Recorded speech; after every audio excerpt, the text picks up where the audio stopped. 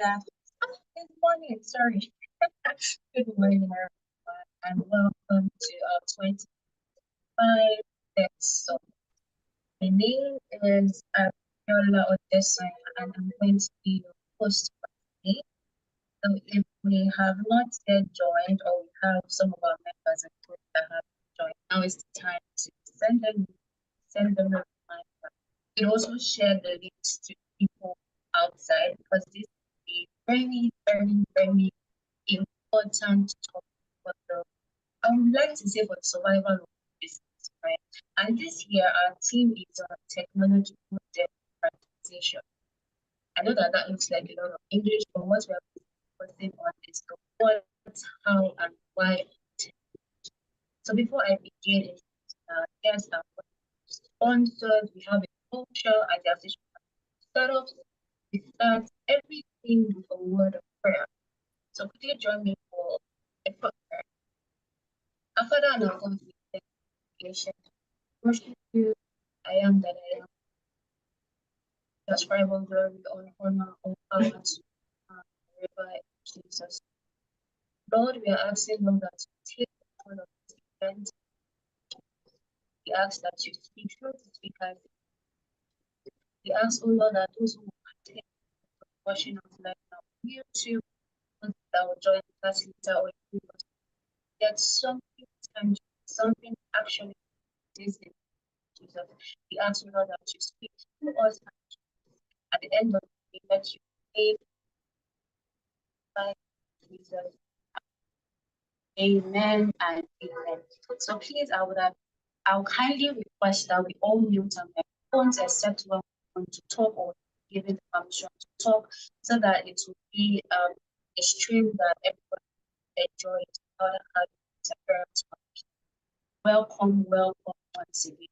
What are we doing with the TAAS text? An annual event where we help entrepreneurs understand how to use technology.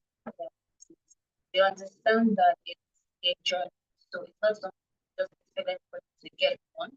So we have programs like yearly on technology that to teach business with. And like I said earlier on, this year we are focusing what, how, and why technology.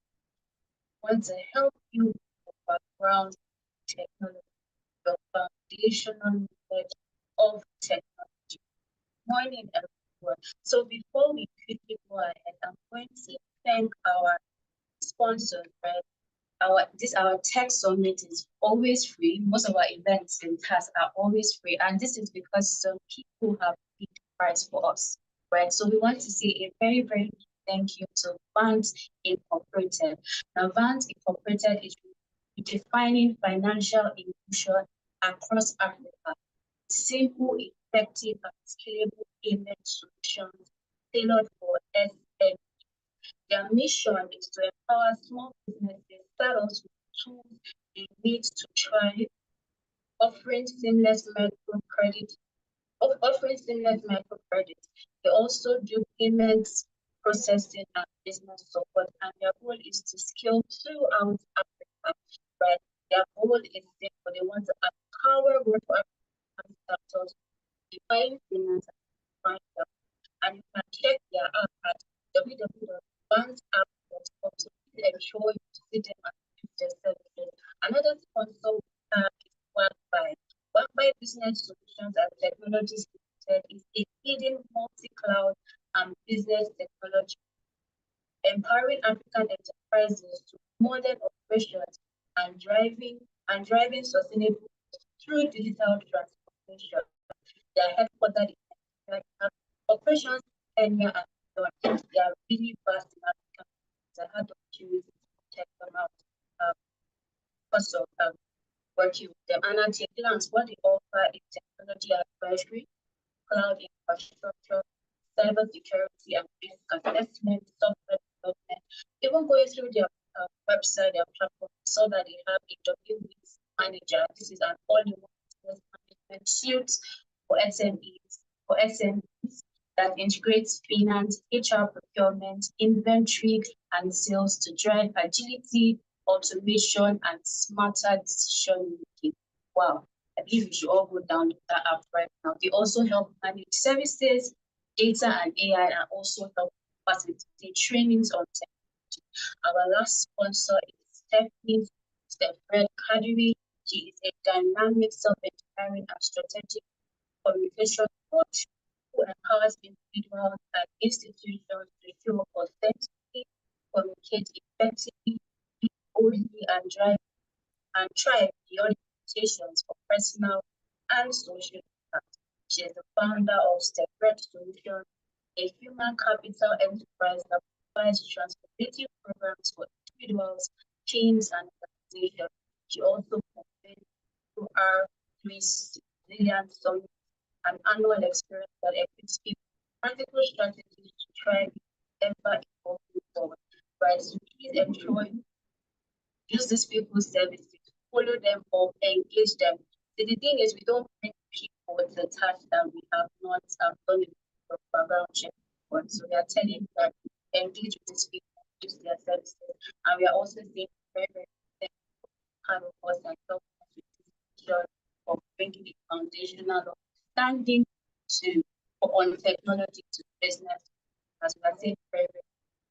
We also want to say a very, very thank you to our sponsor, that Vision Solutions, which is helping with our visibility, PR, management, and brand perception. Brand, we are saying very, very, very right. So, are we ready for a tech summit in 2025?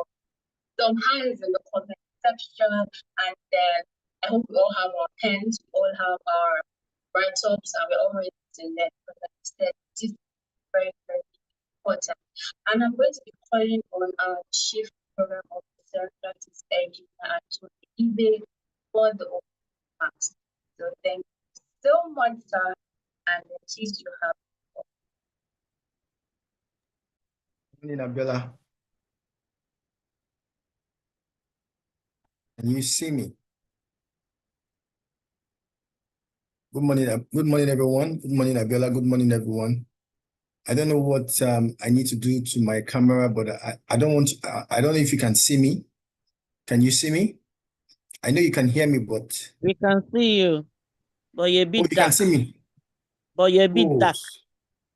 Oh, so sorry. But we can see you. Fantastic. Fantastic. I'm so sorry about that. My lightning here is not as great as it should be. So yes, good morning, everyone. Thank you again for joining this year's Tech Summit. Let me begin by saying that it's a pleasure and a privilege to be here with you this morning. And I thank the Association of African Startups.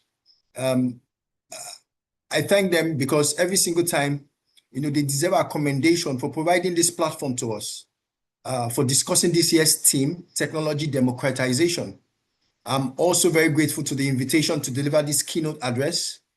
I feel greatly honored to be invited by the organizers of this year's summit to address participants at the 2025 TAAS Tech Summit. This year's summit seeks to focus our attention on technology democratization, the what, the how, and the why of technology. We have fine lineups of speakers already, whom I believe have been graced to do justice, to this year's topic, and also share from their wealth of knowledge. But I will be speaking on the solutions. Last year, I spoke on the rise of digital growth, where searching for answers is not as exasperating as it might seem, a decade ago. Looking back after 1 year, with the rise of AI, robotics, and the likes, look at where we are today. This, my friend, is technology democratization. AI is on the rise. You can see AI's application on different, in the entertainment industry, in various sectors. I also spoke on language. I said there is language that describes things, and there is a language that creates things. So one of the ways to technology democratization in this season is that we must be careful with our language, or we must bring our language into bear to help technology democratization. But let me say this about the solution. From transport to telecommunications, technology has helped transform lives. In Kenya, for example, the introduction of M-Pesa brought a level of financial inclusion that has not been seen before. This fintech solution opened up banking opportunities to a section of the population that was considered unbankable. Technology has also, however, exacerbated social divisions and left some communities behind. But not only does unequal access to technology erode civic participation, it also threatens security and privacy, posing threats to human rights, governance, and human agency. We need to harness, improve, and make use of existing technologies while putting policies in place to harness the power of digital technology and assets to the greater good. The solution lies in democratization of technology. We need to ensure that it's more affordable, easier to use, and provides more access, especially to communities that are classified as marginalized. Remember what I told you about M-Pesa in Kenya? It did something to those they call the unbankable. So if you look at the undeserved, and underrepresented, technology democratization will help them in that area. Digital technologies and assets can be used to bring equality, fairness, and justice to societies, and have been marginalized and underrepresented. In addition to this, digital advances and innovations play a key role in helping communities, organizations, and governments work towards attaining the UN Sustainable Development Goals. Digital assets, for example, could tip the scales towards a more equal technological world. This has great and positive implications to human rights, protecting and empowering of marginalized communities. Let me quickly share a few examples on impact on crisis response. In times of crisis, look at what's happening today in Nigeria, but I'm going to use other client, but look at what's happening today in Nigeria. With this kind of heavy rainfall, if you go to certain areas, you will know that the place is packed. You can't even walk through those places. Now let's look at impact on crisis response with technology democratization. In times of crisis, societies affected often find themselves isolated from the rest of the world. In recent times, Pakistani flood, there was something called the Code of Pakistan. The Code of Pakistan was launched. It was called Floodlight, a crowdsourcing initiative for collecting flood-related data. Pakistanis were able to use this platform to map all the areas that were affected by the flood. They also mapped areas where the displaced population could get access to charities and relief initiatives, housing, food, medical care, and more. Let's also speak about impact on government and civic engagement. Social media has democratized access to and spreading of information. In the Arab Spring, technology played a vital role in holding those in power accountable for the decisions they were making. In Kenya again, the Uchaguzi is a partnership committed to increase transparency and accountability in Kenya's general elections through active citizen participation. On the other hand, governments and government officials have used social media to monitor public sentiments. In some cases, debate on social platforms have shaped how governments respond to issues and formulate policies. Let's look at impact on non-profit organizations. With non-profit organizations key to accelerate their impact and bring social good to the communities they work in, open source tools and technology have been transformative. For instance, the Ushahidi platform is one of the open source tech tools that non-profits use to quickly collect and share information that enables them, to raise voices, inform decisions, and influence change. World Vision, through its Tana River climate change and livelihood restoration project in Kenya, it is empowering communities to adapt and mitigate the negative impact of climate change, powered by crowd geotagging data collected collected through the Ushahidi platform. Open software development can contribute, and contributions are crucial to creating avenues for technology and champion social good and support vulnerable communities. I'm sure it's time for Nigeria to begin to look at that area where most of the areas that are flooded we can use social media as a tool for technology democratization. Let's quickly look at impact on political and social history. Technology has made it easier to disseminate information and correct narratives that painted communities and societies as an inaccurate light. In an inaccurate light, sorry. Slavery, colonialism, and civil wars are just but some of the areas where information was often lacking. Now, we see more organizations calling for educational reforms to cover these areas more comprehensively. Technology serves as a tool to help the social challenges and correct social injustice. Its democratization presents as a great opportunity to people and society as a whole to ensure this as we transition to new economy, no one will be left behind.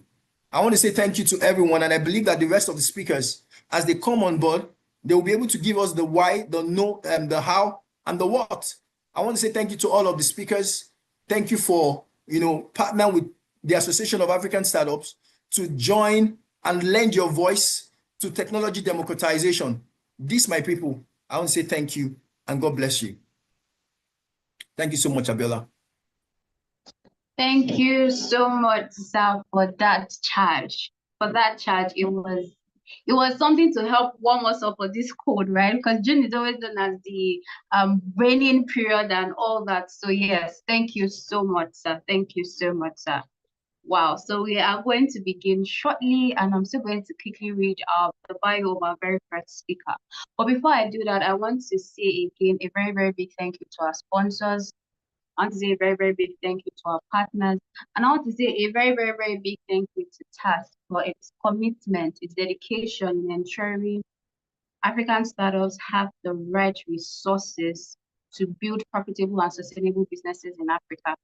Again, if your friend in the community is not here, please go to them right now and tell them to join, because this first speaker we are going to bring, I've had the opportunity of taking her communication class, and it changed my trajectory.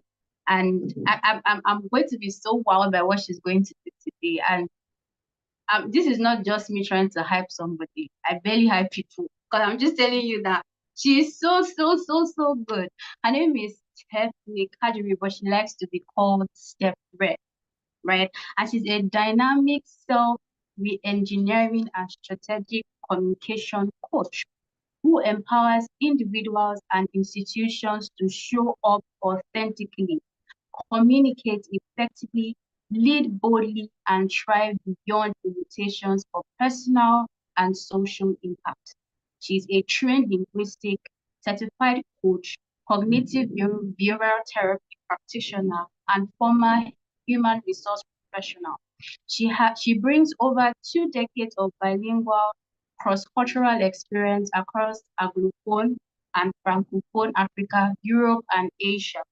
Widely known as the Genius Activator, StephREDD specializes in integrating the genius in others, one individual, one team, and one community at a time. Her expertise lies in mind and behavioral change, using language and communications as tools for transformation. She has empowered thousands to uncover their voice, refine their message, and lead lives of purpose and impact. StephREDD is the founder of StephREDD Solutions, a human capital development enterprise that provides transformative programs for individuals, teams, and organizations. She also convenes the UR3 Resilience Summit, an annual experience that equips people with practical strategies to thrive in an ever-evolving world. As a seasoned speaker, StephREDD is celebrated for her authenticity, humor, and unshakable belief in human potential. She inspires audience to laugh through their insecurities, embrace change, and finish through regardless of the odds. A true triple threat performer, when she's not coaching, training, or speaking to ignite transformation in others, you will find her singing, dancing, role-playing, and spreading contagious cheer wherever she goes. StephREDD is happily married to a devoted and supportive husband, and together they are raising two amazing sons. And today she's going to be taking us on the what of technology. Ma, please, you have the floor. It's an honor to have you here, Ma.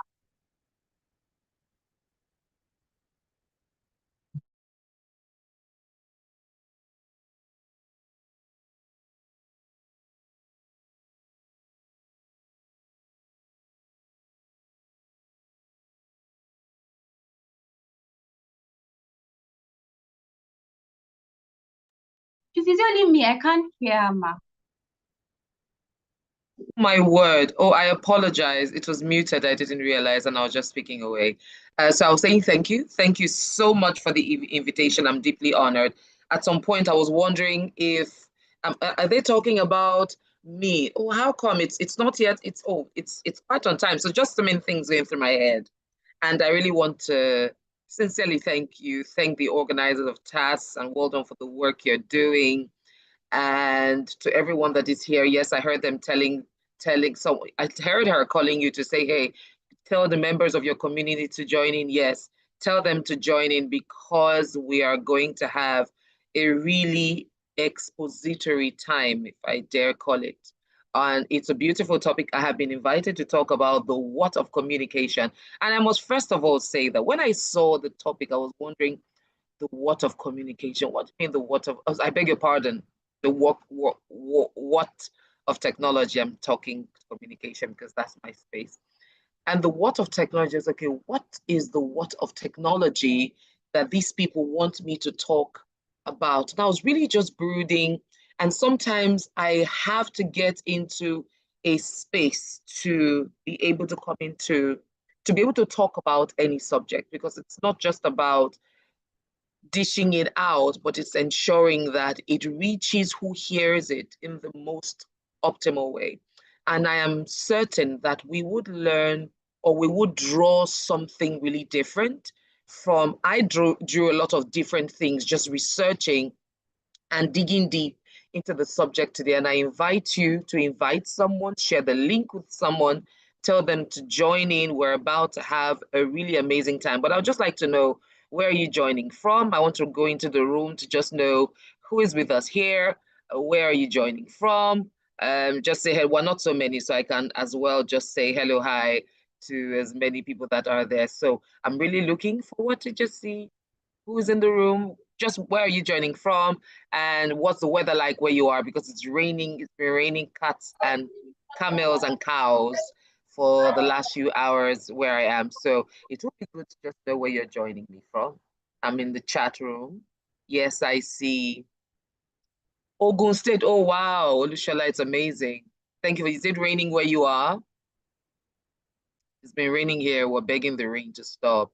It's raining. Oh, wow. Okay, okay. But I hope you're well. I trust you're safe. Yes, where are the other people? Where are you joining from? They just have a quick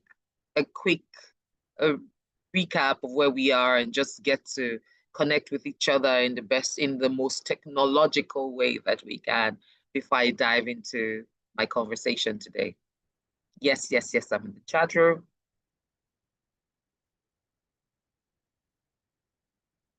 Okay, who's that?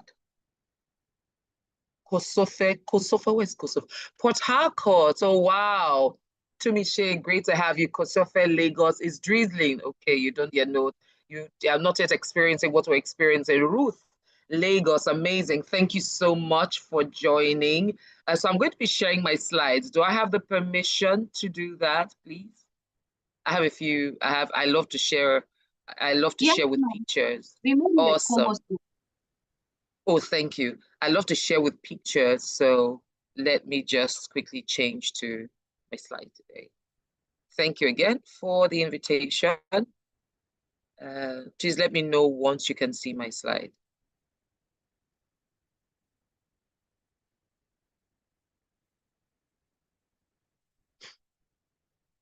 Can you see my slide, please?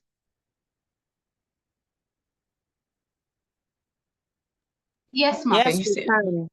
Yes, we Okay, can. awesome. Go ahead. Okay, thank you so much. Let me hide the floating control so that doesn't distract me. All right, there's already enough description or introduction of who I am, and not to go further into that, I'm just going to quickly skip. Yes, I'm a trained linguist, worked in a few places in software engineering, but my purpose of what I want to particularly share, I activate geniuses in order to guide them to lead a life of purpose and impact. And I believe that today, one of the things that I'm hoping and trusting that we would take away, if we do not already know, is that we are geniuses and we are supposed to use technology or not to expand our geniuses to impact our world. My philosophy is to never give up until you win. And even if you do not win, you finish strong, because once you're finished strong, you have won. Yes, I love to sing, I love to dance, and I love to make people laugh. Okay, there's more about me at StephREDD.com. Today, I've been told to talk about the what of technology, but I decided to call it technology, tool, idol, or divine intervention. Is technology a tool? Is it an idol? Or is it divine intervention? I would like to hear your perspectives. What are your views? I'm in the chat room. I want to see what your views are. Is technology a tool? Is it an intervention? Or is it an idol? Let me just escape that and see what you all are saying in there. So is technology a tool? I want this to be as interactive as possible. So please, I'm in the chat room looking for what do you think technology is? Is it a tool? Is it an idol? Or is it, somebody says combination of all three, depending on the user? Tool, and I believe God's intervention too. Okay, Francisca said so. And then yes, any other perspective? Any other perspective? Any other perspective? Is it a tool? Is it an idol? Or is it an intervention? Just one more perspective, and then we jump right into it to continue. Any other idea? Or some of us are just going to sit on the fence? Okay, so let's go with combining all three, and somebody says tool and intervention from God. Okay. Let's take it a bit further. Technology is, at a point, it was box television. When I think of technology, I remember how it was back in the day for the first time. So we used to have black and white television for the longest time. And then when we eventually had color television, oh my God, it was a miracle. And even worse, or even better, when we now had a color television that had a remote control. So it was chasing after the remote. Who is going to hold the remote?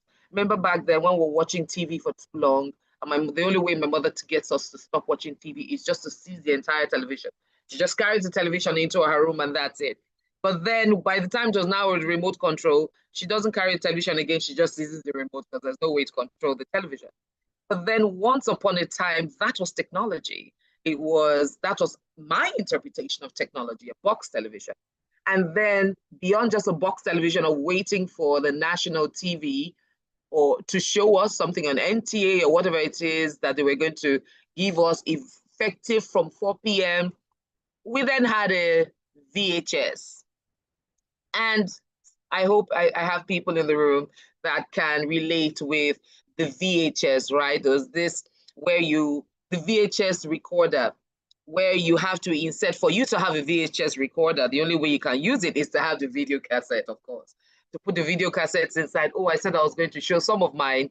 I do have some video cassettes up there. I remember in my final year, I organized a dance concert and they're all in video cassettes. And I forgot to do the transition to CD. I'm still looking for who can help me do it, but I have it stashed up my wardrobe.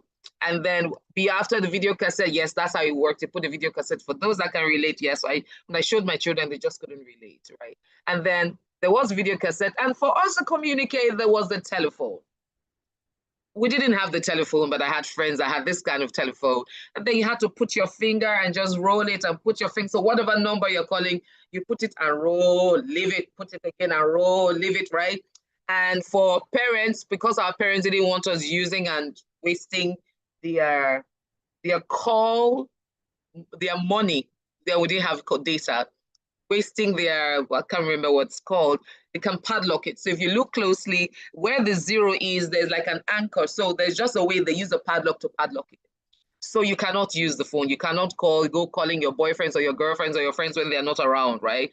And then for you to actually make this call, you have to literally lift that handle. I'm speaking to, if there's anyone here who didn't know how this was used, you have to lift that, put it on your ear, wait for the dialing tone, and then you begin to go around. And just in case there's somebody that is bothering you, maybe one recalcitrant old ex-boyfriend or friend or annoying friend that is just calling and you don't want to hear the person, you block the person. How do you block the person? Just leave the handle and put it so the call will never come through, right? So this was also another form of technology. And before you knew it, somebody thought and said, instead of us doing like this and going round, why not we do something that's quite cumbersome and stressful, really? What if we can punch the numbers? And then somebody or whoever created the telephone, same thing, you pick it up, listen for the dialing tone, but this time you punch the numbers.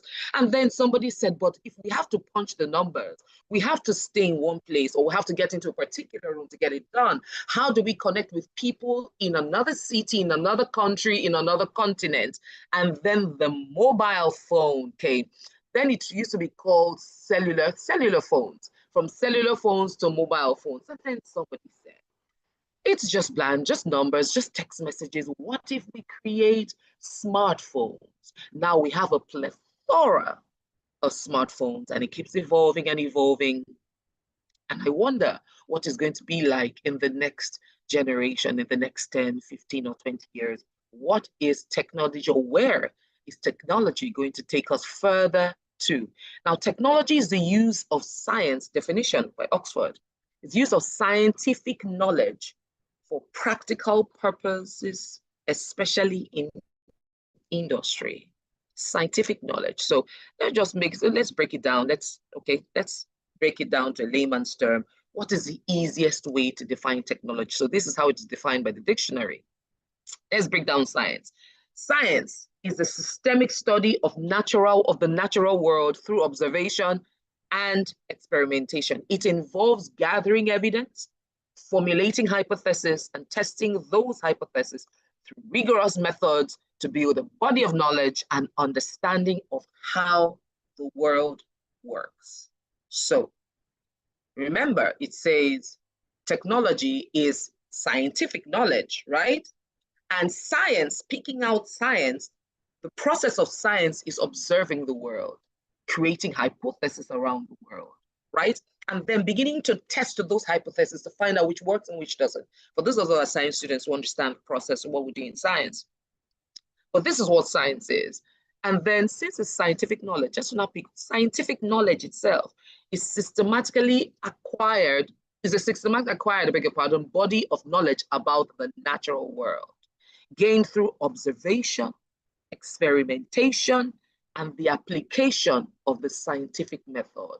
So that means technology, putting it all together, is the process of observing a natural world, drawing information by paying particular attention to understand how it works, observing it, experimenting, testing, and after we have tested, applying to eventually arrive at a conclusion of what is, what should be, or what isn't.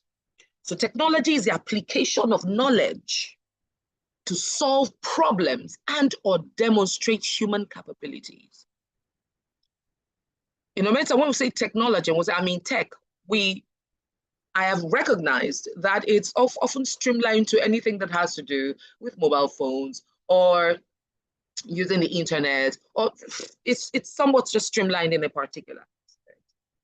But just embracing or expanding our mind to what technology really is, it is the application of knowledge to solve problems and demonstrate human capacity, to solve problems, to facilitate the human experience so that we can actually also see a different version of ourselves in the creative ability. So technology is the wheel.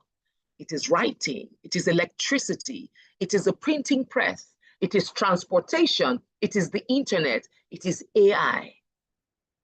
So if you think about very back in the day, let's go back centuries, not back in the day, when you're looking at how when they used to move with animals, and then from moving to animals, it's okay, these animals will get tired. How do we begin to move with things that will just move faster? And probably somebody just invented, okay, that first wheel, and then, oh, let's make it nicer, let's make it nicer, let's make it nicer. And then we have the wheel that we have in our tires today, which is a far cry from what used to exist back in the day, centuries ago. Writing itself, when we talk about calligraphic writing, when we talk about writing generally, we remember Egyptian mythology, because then all the writing and all those things, right? We gather that it came from the Egyptians. And electricity that we have today, somebody just said Thomas Edison. See if we just created light, okay? Yes, there's sunlight. By the time the sun goes down, how else can we see in the dark without candles, without lamps? Same thing with printing. When printing came, oh, how do we send information from here to there without rolling paper with people and rolling paper and putting it in the bird's beak and telling the bird, you have trained the bird for the bird to carry your letter to where you do not know. And now giving it to people and telling them to run from city to city or take a horse. Oh, my king, we have a message for you from the other kingdom. How about printing it and then with the printing press, look for how to distribute that through transportation? And then the internet is another form of technology, and then AI. And it's interesting how for every time when these evolutions were happening, some people said it was, particularly in African countries, we consider it as a disruptor. We consider it as against God. We consider it as, oh, the world is coming to an end. I remember in the year 2000, my 300 level, we were told in 1999, we were told that as soon as it clocks midnight in the year 2000, the entire world would end. Everything would shut down. Because the internet was, just creeping in more at the time. What was it that it was going to shut down, or the human mind was not yet embracing its ability to observe, to hypothesize, to formulate, to create? That's a question. Technology is industrial farming. And as one who was raised by a farmer, I grew up in my mother's farms, I remember we were all her laborers. We all did the work for her. A single mother, my father died when I was 7. So from grace to grass, we had to go to farming to survive. And I remember how it was that everybody had to carry their hoes, everybody had to carry their cutlass. We all had our ridges to build. We all had, everybody knows their path. That is your path, that's your ridge. You dig your ridge, you plant your corn, you plant your yam, you plant your cassava, you plant your potato. We had everything in my mother's farm. But looking back and seeing how agriculture has evolved, I can't imagine how much we would now achieve with industrialization in farming. Because somebody thought, what if we create a tractor or something that makes harvesting easy or something that makes planting easy? Reviewing the process, testing the process, engaging the process. Technology. So what is the purpose of technology itself? It is a system or method built upon scientific principles to facilitate, keyword, facilitate the human experience by helping us to do more, go farther, see clearer, and live better. Facilitating is a key word. Facilitating the human experience so that we can do more, go farther, see clearer, and live better. Now, with technology, you can heal the body, build, establish structures, communicate, travel, and connect more meaningfully across spaces. across time, without feeling hindered, without the delay. At the snap of a finger, you can now communicate with someone on the other side of the planet, in Australia, in the North Pole, because of communication. So let's have a quick check-in.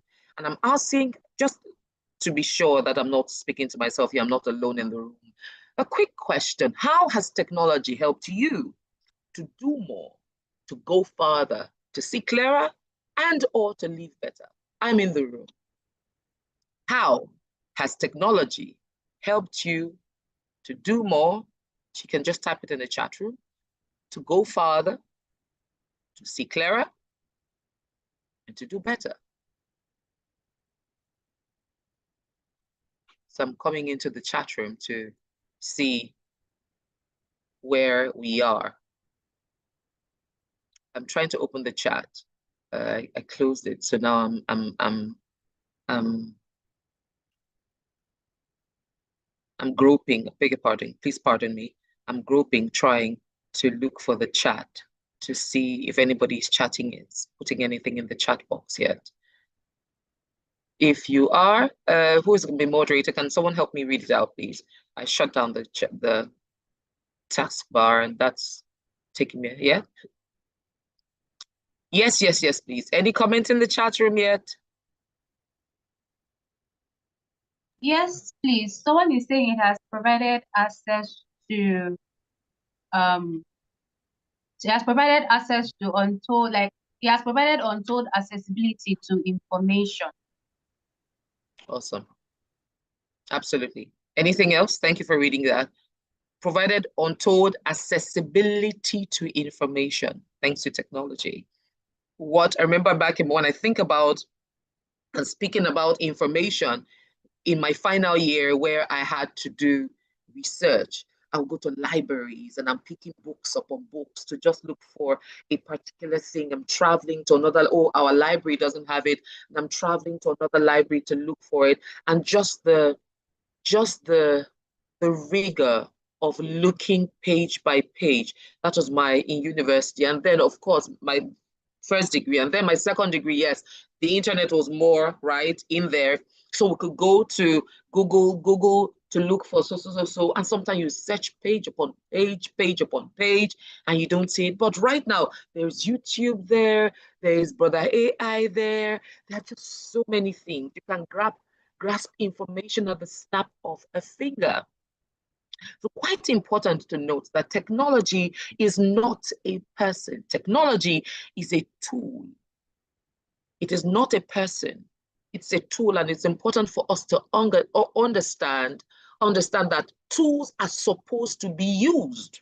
They are supposed to serve whoever is holding that tool. William Burroughs said the purpose of technology is not to confuse the brain, but to serve the body. Remember, it is supposed to enhance the human experience to help us do better, see farther, right? So he succinctly captures it when it says it is not supposed to confuse our brains. It's supposed to serve our bodies. However, when what was meant to serve begins to rule, it now becomes a treasure. So your tool is no longer a treasure, because you are now beginning to find identity in the likes of followers or filters, replacing real presence with virtual presence pretense, or observing over gadgets instead of cultivating gratitude, using tech to escape life instead of enhancing it. One of the most significant feedback or complaint or concern that I get from my clients at my coaching table is always as a result of comparison, to say, oh, I saw this person doing this. So I believe I'm meant for more. See what my mates are doing. Somebody called me once and said, crying, I'm really tired. What is it? And I was really concerned. Said she just got off Facebook and she's feeling really depressed that all her mates have gone ahead of her. And I asked, how do you define who are your mates? So my age mates, I'm like, they may be your age. One thing I told her that day, they may be your age mates, your classmates, your bunk mates from secondary school, your seat mates, your flat mates, your compound mates, whatever mate, yes, but they are not your life mate. And if you're not able to differentiate, you'll find yourself being lost, wondering how everything is going on well in every other person because of what they are showing you on social media and not showing you. And then you begin to lose yourself, lose your identity, and lose your internal treasure because you have created an external treasure. That is when technology becomes a disruption, because you are losing the treasure of the genius that you already are for a treasure that is for a tool that you're supposed to use to enhance your treasure, not take over your treasure, which means taking over you. By the time it's taking over you, it is disruptive and it is throwing you off your feet. So a quick check-in again. Are you consuming technology, or is technology consuming you? That is a rhetorical question, but just a food for thought. Are you consuming tech, or is tech consuming you? Is tech your tool, or are you the tool to tech? If tech is the tool, then you are the treasure. If you are the tool, then tech is the treasure. So that means tech is using you and not the other way around. So just a food for thought for you to think over. Now, quite importantly, who are you becoming as a result of your use of tech? Who have you become because of tech? Or who are you becoming because of tech? Significant questions to ask, because these are things that may come as disruptions, but the disruptions are supposed to expose us to a new, farther, and better experience of living, not to change who we are, not to disrupt our human existence. Rabbi Jonathan Sachs, a philosopher, used to be a member of the chambers of the UK chambers. He said technology gives you power, but it does not and cannot tell you how to use that power. It is the human ability. It now falls on the human ability to self-control, self-determine, self-define how I will keep this tool as a tool and never turn it to a treasure. So how are you going to balance the different interventions of tech that are coming in all shapes and sizes, left, right, and center, barraging you everywhere? How do you maintain your balance to not lose focus, to not lose perspective, to not lose who you are? Be innovative with technology. And how are you innovative with technology? It's not just by invention, but by intention. Be intentional about how you use technology, about your engagement with technology, because when you talk of invention, so we're talking innovation, invention, intention. When you are intentional about your invention, you are innovative. And that innovation is technology. So what are you, or how are you engaging technology intentionally with the goal to invent with it and to innovate with it? What can I do differently? I'm asking you, and I'm asking you to ask yourself, what can I do differently, better, and more meaningfully for the good of others and for the glory of God? Because I believe that tech is from God. However, how we use it will determine whether we get the best of it or we are consumed by it. So I need you to ask yourself, what can I do differently, better, and more meaningfully for the good of others and the glory of God? Quick check-in again. What can you repurpose through technology to serve human flourishing, to serve the human experience? So it's not just tech flying over your head. It's not just jumping on any trend. Some people will believe that technology is about jumping on any single trend that comes up on TikTok, on YouTube. And we create all sorts of content that holistically do not improve the human experience, do not serve the the human experience, in preserving it, in growing it, in allowing it to flourish.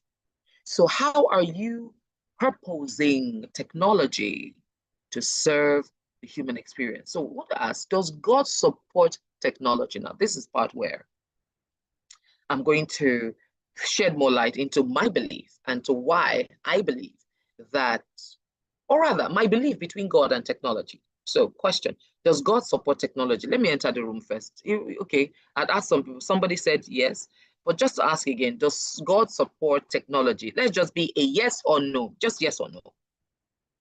Yes or no, does God support technology? Yes or no? Oh, somebody had said it helped track data of customer sales. Awesome. Thank you so much. Yes, somebody says yes, yes. Does God support technology? Or nobody saying no. What? Why do you believe that? Is there no? Can I just have somebody to say no, please? Just say no. All of you can just say yes now. So say no so that there's somebody that I can, there has to be good or bad. There has to be for or against in a debate. If there's no against, I mean, I don't have any point to prove. So why am I here? So just even if yes for you, just say no. Somebody just put no for me, please. I want to say no. Not saying a no is touching my heart. No. Okay, thank you, Francisca. You're the real deal. Thank you. Okay, so in response to Francisca, does God support technology? Now let's take it back to the beginning. In the beginning, God said, let us make human being in our image to be like us. And I cut some parts out. You can go read it. So God created humans in his own image. The first one was 26. 27 said, so God created humans in his own image. I cut some part out. Then God said, be fruitful and multiply, fill the earth and govern it. Genesis 1:26-28. You can read it further.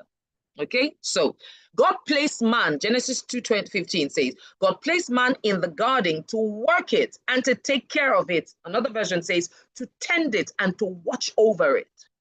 Now, the person, the character, trying to look for the right word, the person who watches over, who tends, who works out something, who is responsible for something, is a steward. So that means that we are stewards of creation, that God created the earth first, then created man, the human being, to take care of the earth, to watch over the earth, to govern the earth, stewards. So our responsibility on earth is to be stewards of creation. And that is why when I hear people say, oh, there's no God. If there was God, why is there global warming? If there's God, why are so? I'm like, okay, are we taking responsibility of our stewardship to ask, what role are we playing in the situation of the earth as it is right now? What role are we playing or not playing as stewards that is currently resulting in what we are getting that we do not like, because we are responsible for the earth? It was given to us, okay? Now, technology enables better cultivation, management, and restoration of creation. So when the Bible says, be fruitful, multiply, fill the earth, have dominion, govern it, tender it, take care of it, work it.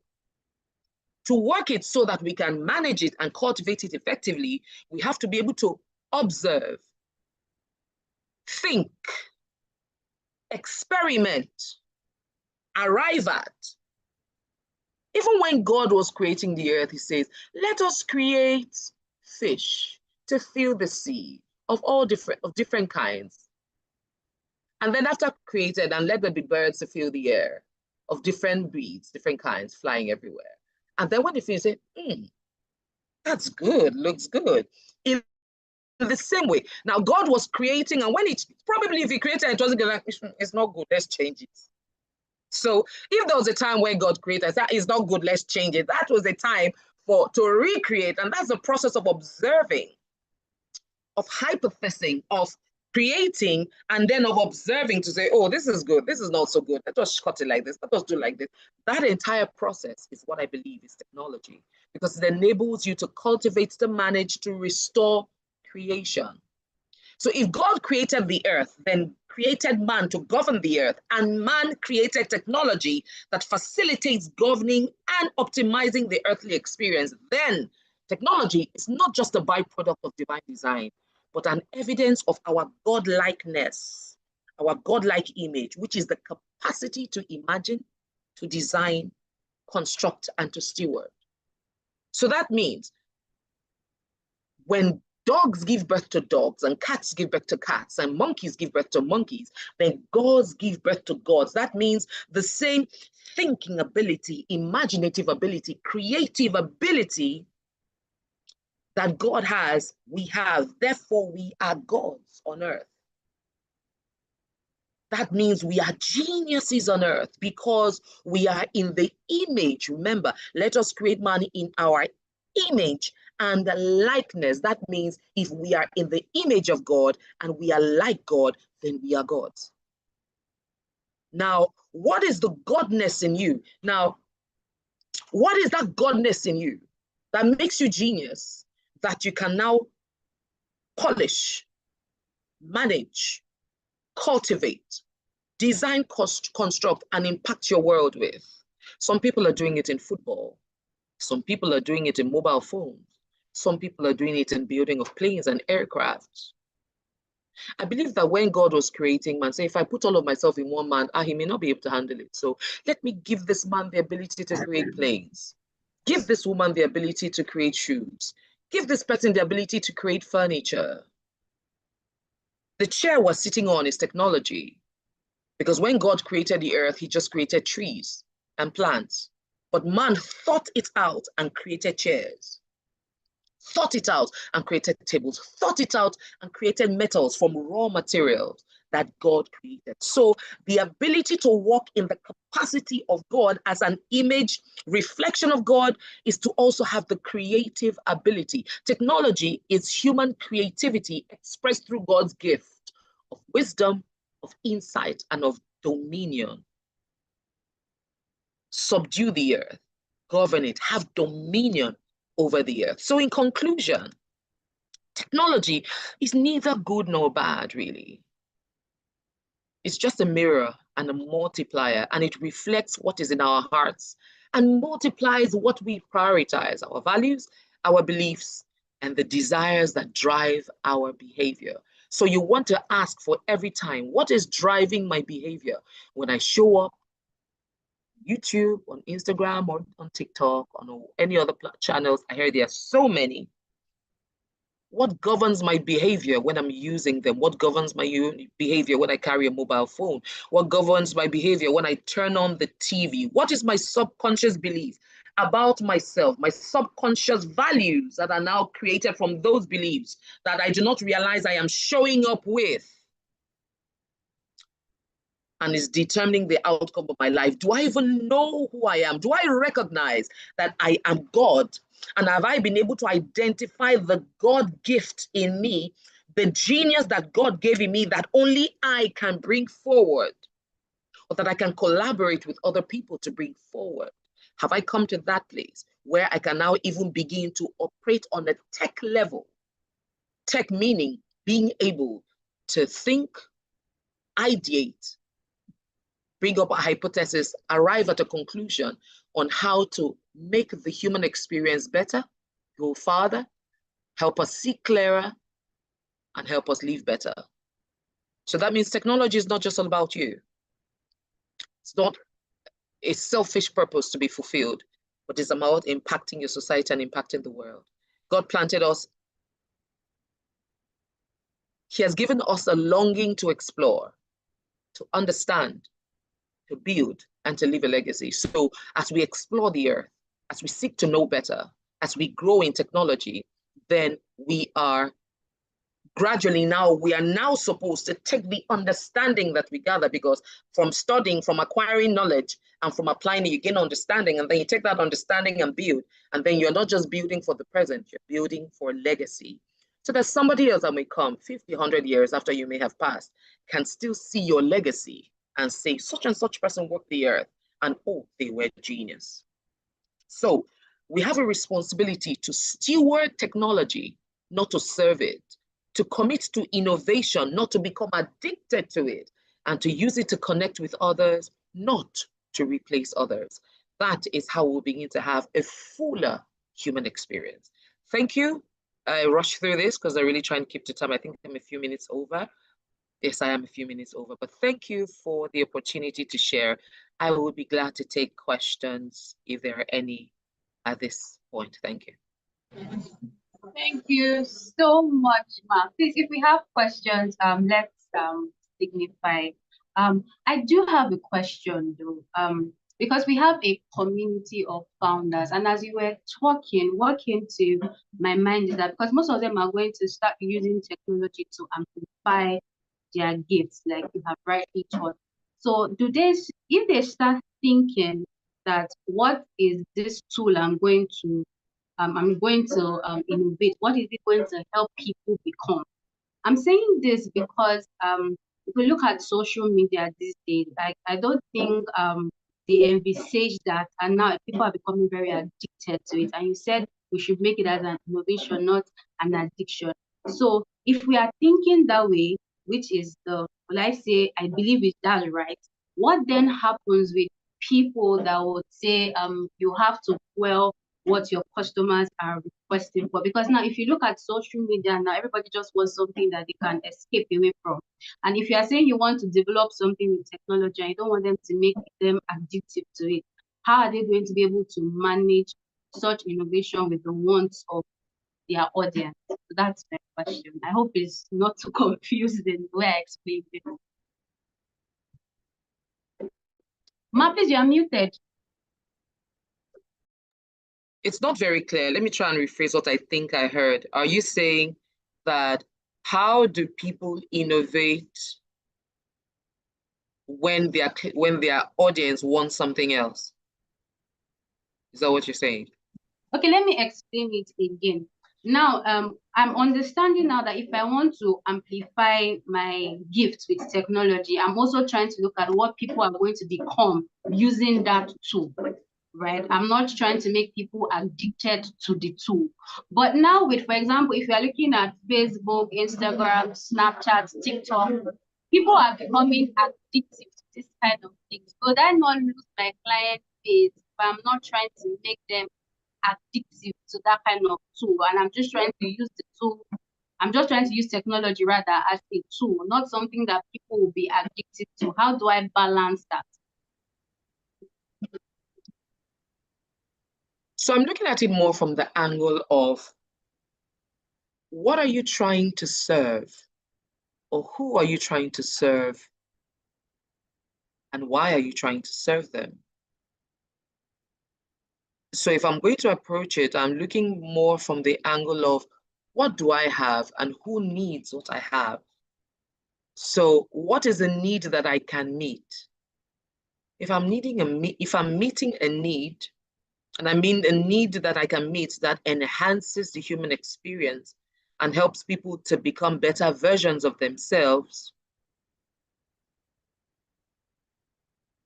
I don't see how they will not, I do not believe they will become addicted to become better versions of themselves. They're better versions of themselves. Now, an addiction is anything that takes you away from a more wholesome version of yourself, or that distracts you from being the most optimum version of yourself, or that even diminishes your entire experience, whether it's an addiction to drugs, to alcohol, an addiction to TV time, an addiction to social media, an addiction to food, an addiction to drinking, an addiction to chatting and talking. So addictions can be anything. So the question is, because I believe that one of the where we want to always start from is, who am I? What do I have? who needs what I have? How do I use what I have? And when I'm talking about what I have, I'm talking about talent, skill. Whether you have been able to turn your God-given talent to a skill such that you're operating from a skilled level and not a talent level to impact whoever it is that you're going to exchange that value with. So who am I first? Understand that, oh yes, I am created in the image and likeness of God. I am a God on this earth to function in this area of talent and gifting. Where do my talents and gifting fit in? Who are the people that are in need? How do I meet their needs based on an ability that I have? Who can I collaborate with to enhance an ability that I have so that I can serve beyond myself and serve other people? So I am not just driven by what people say they want. I am driven by the contribution that I can give and recognize that the contribution I am bringing is wholesome. Now, one of the things that if I'm also just ensure I'm also getting it in perspective, there's something I've been brooding on a lot, and it is that many times what people say they want, they don't realize they don't want. They don't realize what they need, and that what they want is really not what they need. So one of the things that I've seen people run to social media for is, oh, I just want anything to, let me not think about my problems. Let me just look for something that will make me laugh, or look for something that will help me forget this pain or this hurt or this trauma.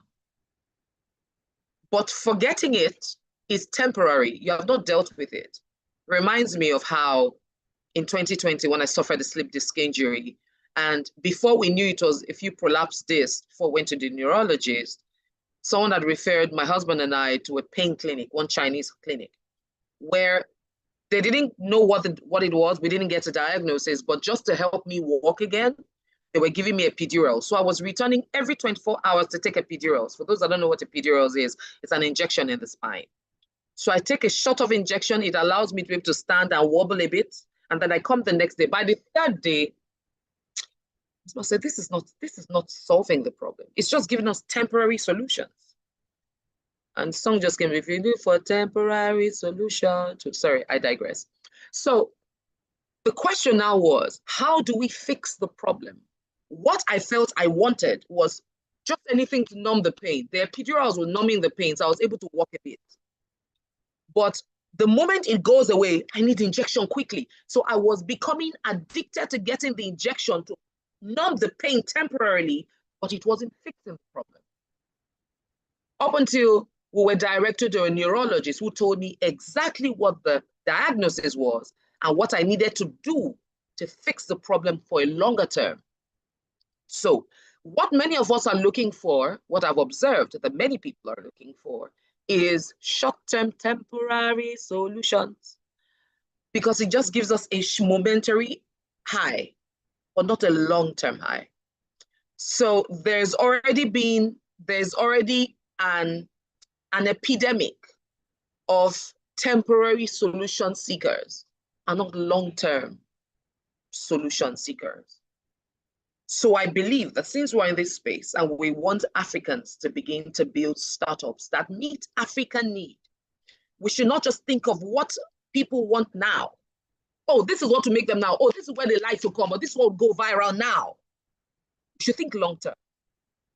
I believe that we should be more forward, backward people than present, forward people. And I will explain that. You think about the outcome that you want in the future, then come into the present and begin to walk. Ask yourself, what do I need to become to do that? Visualization. What do I need to become? What do I need to do? How do I need to show up to become that person? As against, I am here, let's just be going. When we get to the bridge, we'll cross it. So that position leaves us susceptible to emotions, temporary perspectives, temporary, a lot of things are temporary, short-term gratification, because we are not mindful of a long-term goal. So back to just, I hope I'm able to put context to your question. Let us be more forward thinking. Let us be more solution-oriented, not just driven by a momentary need, but by a long term, so that we can last for the longer term, so that our businesses, like many of the foreign businesses that we see are 100 years old, 200 years old, have gone from generation to generation. We have to begin to build African businesses that transcend generations, that are not just about what do the customers need now, or how do we quickly just create one TikTok video where we'll just be shaking, or how do we just quickly just put it. It can't just be temporary. It has to be on the longer term. And for the longer term, we need to intentionally create now what will not just serve us now, but what will last and serve generations even long after we're gone. I hope I answered your question. Yes, Ma, you did. Thank you so much. Thank you so much. Please, do we have questions for her?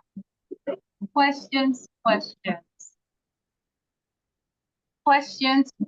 do we have questions for our guest speaker?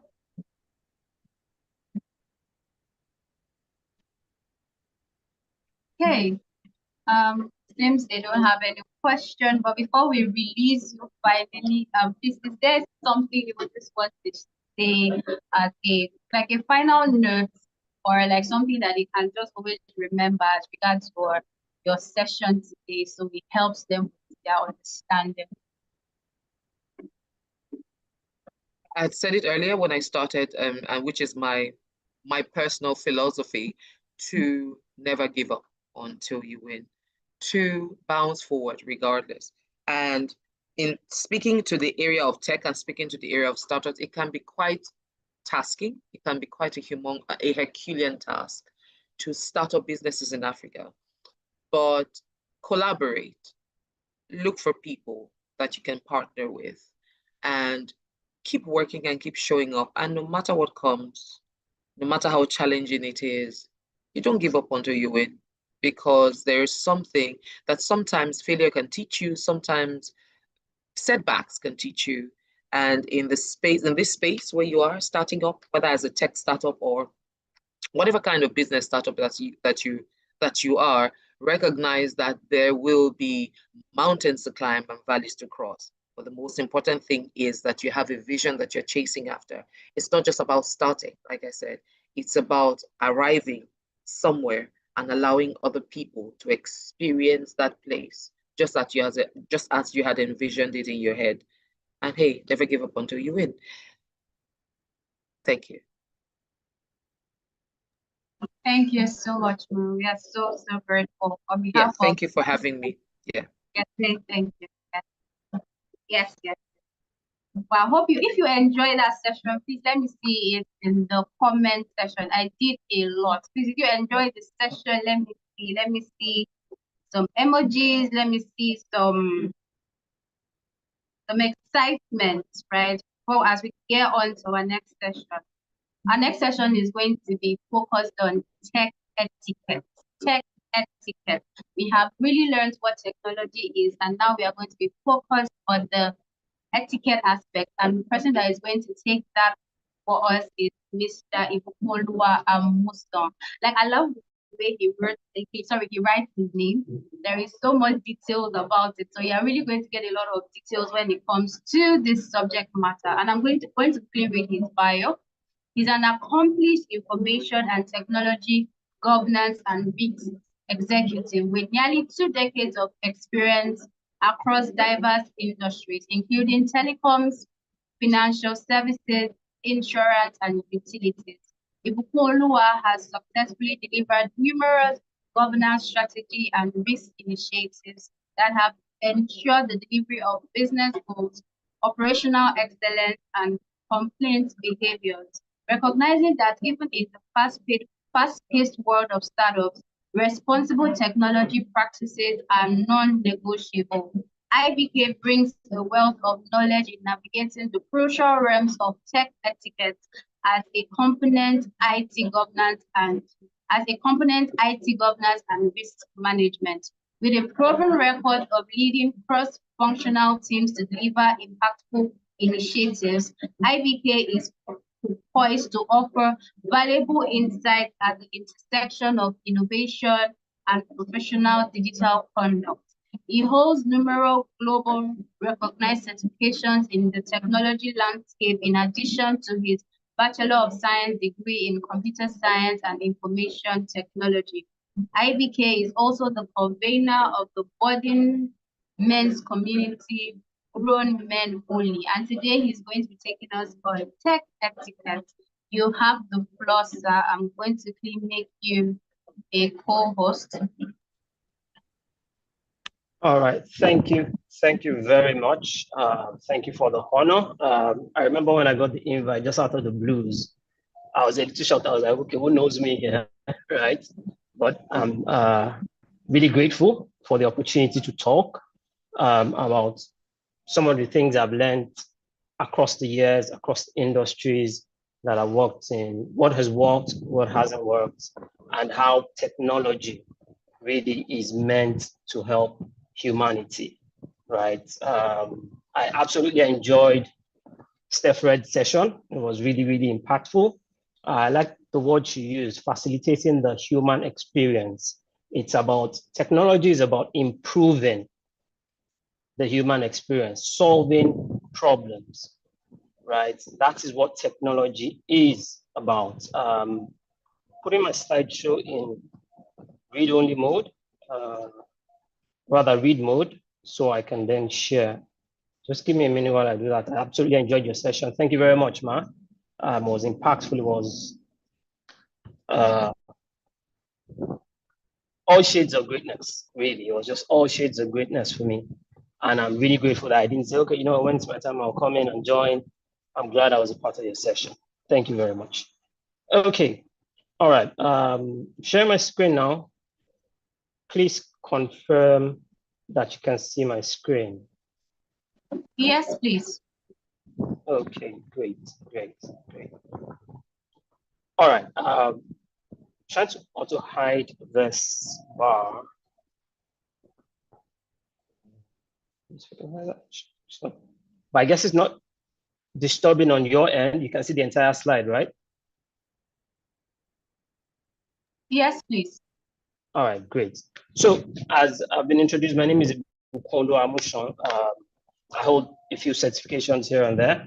But for this talk, for this conversation, really wanted to highlight the fact that I'm TOGAF, which is the Open Governance, the Open Group Architecture Framework practitioner, and then I'm also a lead implementer for ISO 42001, which is the Artificial Intelligence Management System, right? And how it ties into this conversation is because of the technology that we're in today. As StephREDD said, technology has existed since the beginning of time. Technology has existed since the beginning of time. What we consider technology today really is information and communications technology. But prior to that, we've had loads and loads of technology that have pushed humanity forward, that have served the purpose of mankind. But before I go too far in, our vision in Wragby, as the host mentioned at the beginning, is for us to make the world a better place to live in through technology. That's what we aim for in all our services. So when we're delivering cloud implementation, when we're delivering data and AI, when we're delivering digital advisory services, our goal is to ensure that the world is a better place for that organization, for that institution, for the people within the institution, so they can live better lives. And that essentially is the focus of technology. So this is my outline. We'll talk about technology and mankind. We'll talk about the introduction to tech etiquette. And then we'll talk about tech etiquette. Why should I even bother? Why should I care about etiquette when I'm using technology? And then we'll talk about communication technology and its impact on human relationships. And then we'll talk about tech ethics, techno-ethics. And then how do we implement techno-ethics within our organization as startups? And then we'll have the conclusion. So because I'm a governance person, I always start my sessions with definitions. I always start my sessions with definitions. So we have the same vocabulary throughout my session. I remember once in telco, we were in a meeting and they were using abbreviations. And within the group of 5 or 7 of us that were in the meeting, we all had different meanings for the abbreviation until someone said, okay, you know what, hold on. can we align on what the use of this abbreviation means? And the example is EA. So for some people, EA meant enterprise architecture. For other people, EA meant enterprise agreement, right? And it's two different branches of technology. So that agreement was made, and then the meeting proceeded smoother, because before there were funny questions that were popping up from here and there because of people's understanding of what the acronyms meant and the abbreviations that were in use. So definitions for etiquette: the formal rules for polite behavior in society or in a particular group. That's Merriam-Webster's first definition.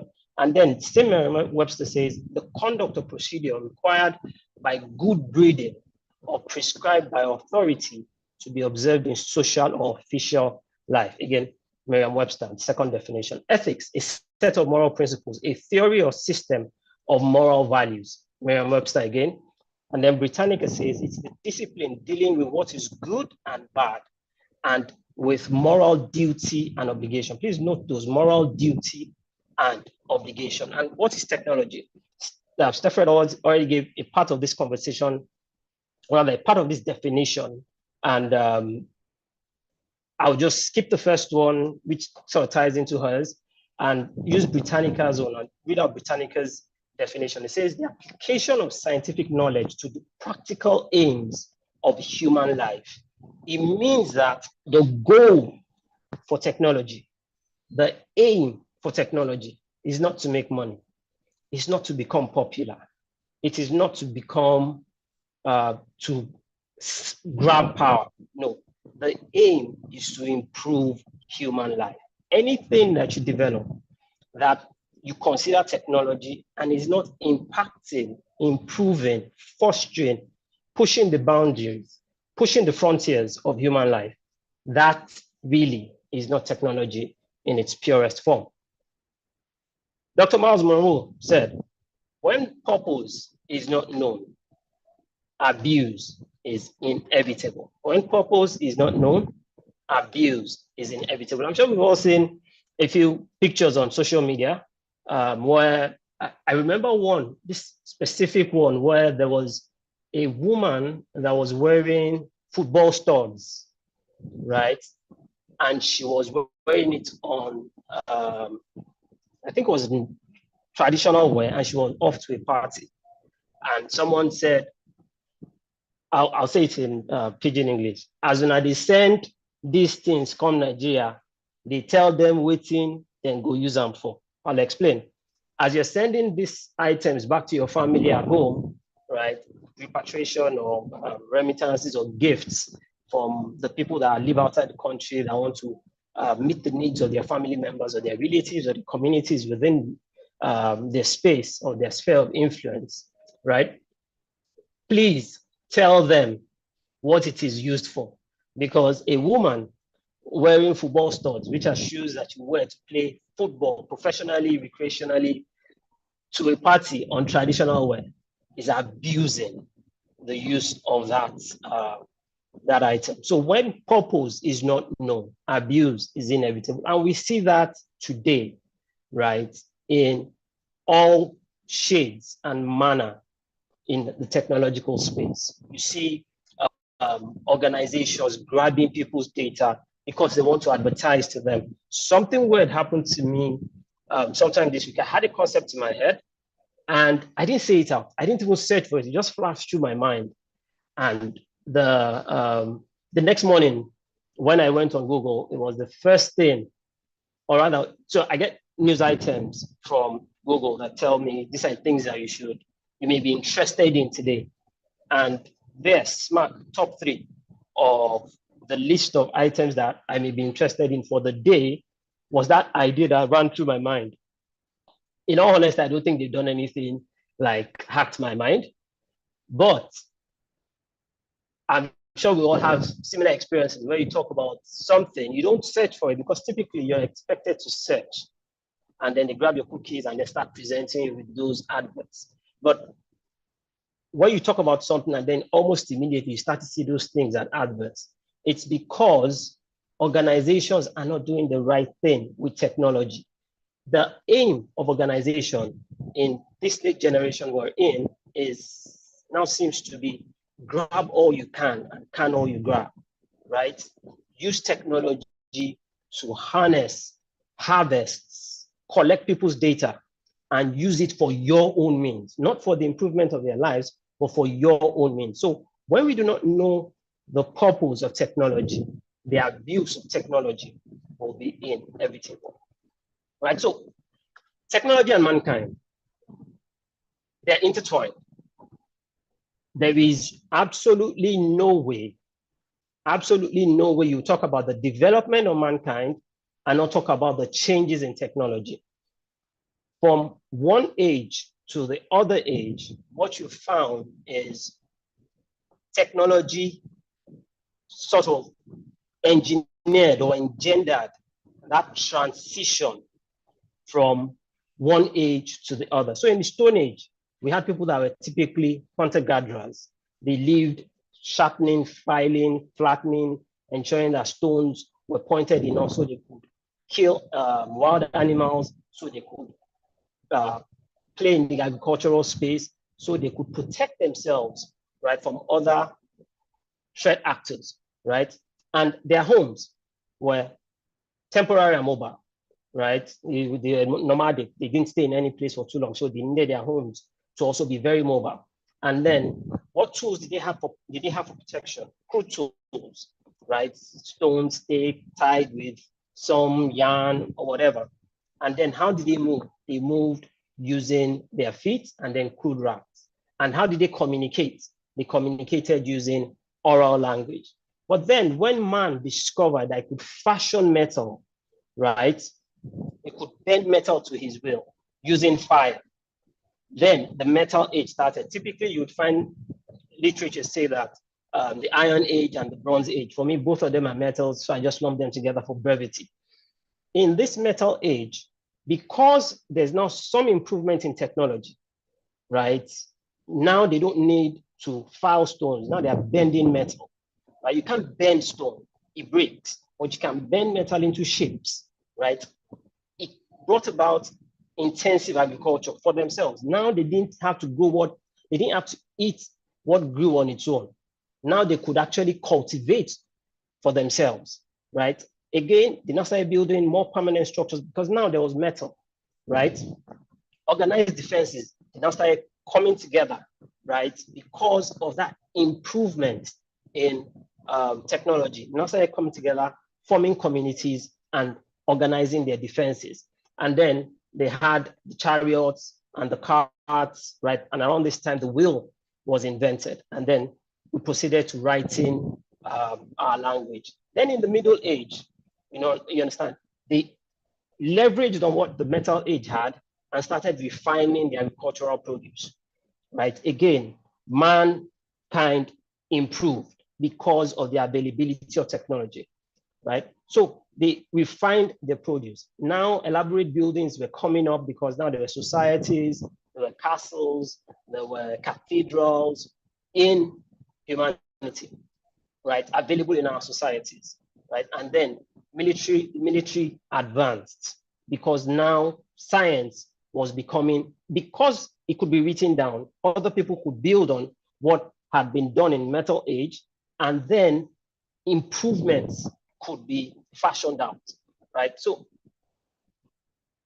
military advances started in terms of defenses, and then we had long distance sailing ships that could go from country to country, right? From continent to continent. And then we now started writing letters and posting. So we're not limited by what we wrote in paper within our society. We can now write letters and send it across geographies, right? Because now there's sailing ships, there are carts that can carry letters from one region of the country or of the continent, right, to another region. So it became easy to communicate, easier for them. It probably was easy, but easier to communicate now with the benefit of hindsight, right? It became easier for them to communicate through letters. And then the industrial age came, and this marked a turnaround for humanity, right? It impacted the way we lived, it impacted the way we work, it impacted how we raise our children, it impacted average income for families, right? Because steam engines, internal combustion engines, electricity was found, light bulb was created, right? All these things happening within the year 1750-ish and 1950, about those 200 years, really elevated mankind. And that's what technology is about, elevating mankind, not leaving mankind where mankind is. And then we started having multi-story buildings, 4, 5, 7, 10-story buildings, right? And then for protection, we had firearms, we had tanks, we had aircraft. For transportation, we had railways. Now, much longer, much faster than horses, could go longer distance. We had the internal combustion engine, which is abbreviated as the ICE here. And then we had telephone. We had telephone that StephREDD showed. I hope I'm calling your name properly now. What she called, right? The pictures that she showed, right? And I remember those dial telephones, right? Where what you could do was you had to wait for your ringtone. I remember once when we got it, then we were using Nitel growing up. It was the only one that was available. My dad had a call, so my sister picked up the call and she answered the call and she said, "Hold on." And because she didn't know how to use the device, she just knew how to say hello, we're young. She just hung it back and then went to call my dad. He said, "Daddy, you have a call." And by the time my dad called, clearly the call had disconnected. And then he had to take us through, "Oh, okay, you guys don't know how to use this. Sit down. Let me show you how to make calls, how you answer calls, and how you handle pauses," right? I remember those telephones, and I remember the VHS as well, and the black TVs and black and white TVs. We had this. Ours used to come in a cabinet. I don't know how many people still remember. It used to come in a cabinet. You had to open it like you're opening the wardrobe for you to access the TV. Fun times. All right. And then from the industrial age, we moved to the information age, right? Which is what we're in today. Precision agriculture. Now you have huge storage. You have the contested genetically modified organisms that are impacting agriculture and horticulture and even cattle rearing, husbandry, etc. Now we have smart homes, right? People coming into the house and they don't have to do anything. Lights come on, lights on, or the thermostat while they're driving from their house, they already have set the room temperature, the ambient temperature that they want in their house when they step in, right? And as they step in, music starts to play, classical music, if they like African music, all those things. That's what we have now. In terms of protection, we're now not looking only at physical adversaries, we're also looking at invisible adversaries that are on the other side of the world, don't even know what you look like, but are attacking you, right? We saw what Israel did to Iran in taking out a particular high-leveled officer. I saw the picture. They sent that missile from 2,000 kilometers from the target, and it did not hit anybody else's house. It did not destroy the entire building. It blew out only that target. That's the world we live in now.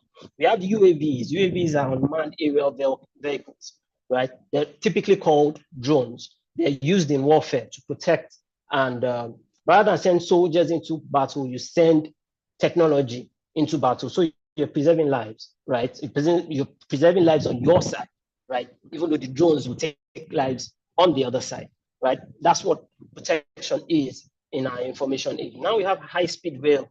There was a video I saw of a Japanese train that was moving at 500 kilometers per hour, right? And when it was being launched, that's the snippet I saw, was being launched, and people were standing with their phones ready, hoping to catch a glimpse and record it.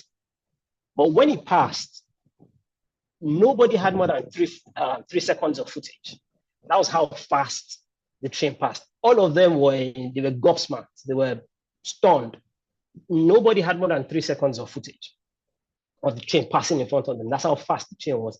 Now we have EVs, electric vehicles, and AVs, autonomous vehicles that drive themselves, right? That's where we are in our information age. Now, TV I don't need to wait for a telephone, broadcast from television, broadcast from social media, all the apps that are available, X, I still call it Twitter. Sorry, Elon Musk, X, Facebook, Snapchat, Instagram.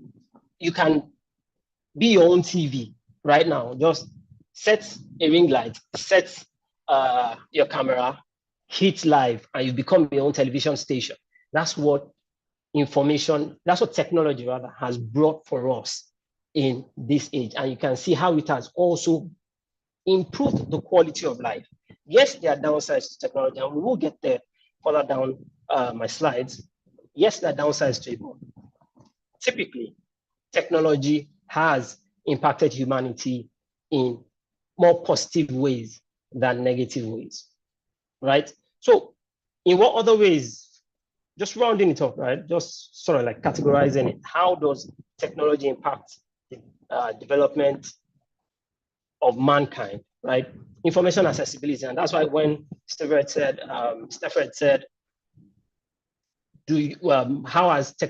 how are you using technology? The amount of information that you have access to now is, in all honesty, almost mind-bending, right? And now gives you, it now forces you to strategize how you want to use this information. Because if it's information, it's out there, there's almost no view of discourse, the good side, the bad side that you want to support, that you will not find online, right? Information accessibility, people act based on what they know per time. And technology can improve access to information. So if people are behaving at a certain level, right, when they have access to more quality, better quality information, they typically would improve. If you were in the Stone Age and you realize that, oh, now we're in technology, we're in the metal age, you're not going to continue using stones. You're going to go with the times. You're going to do better, right? Information accessibility, healthcare. Technology in healthcare. A family friend whose wife put to bed in the US once mentioned to me that, oh, it was a robot that took delivery of the child, that he was just outside, the robot did the thing, got the baby out, and voila, there was no human intervention. And we've seen also cross-Atlantic or cross-continent use of technology in guiding people.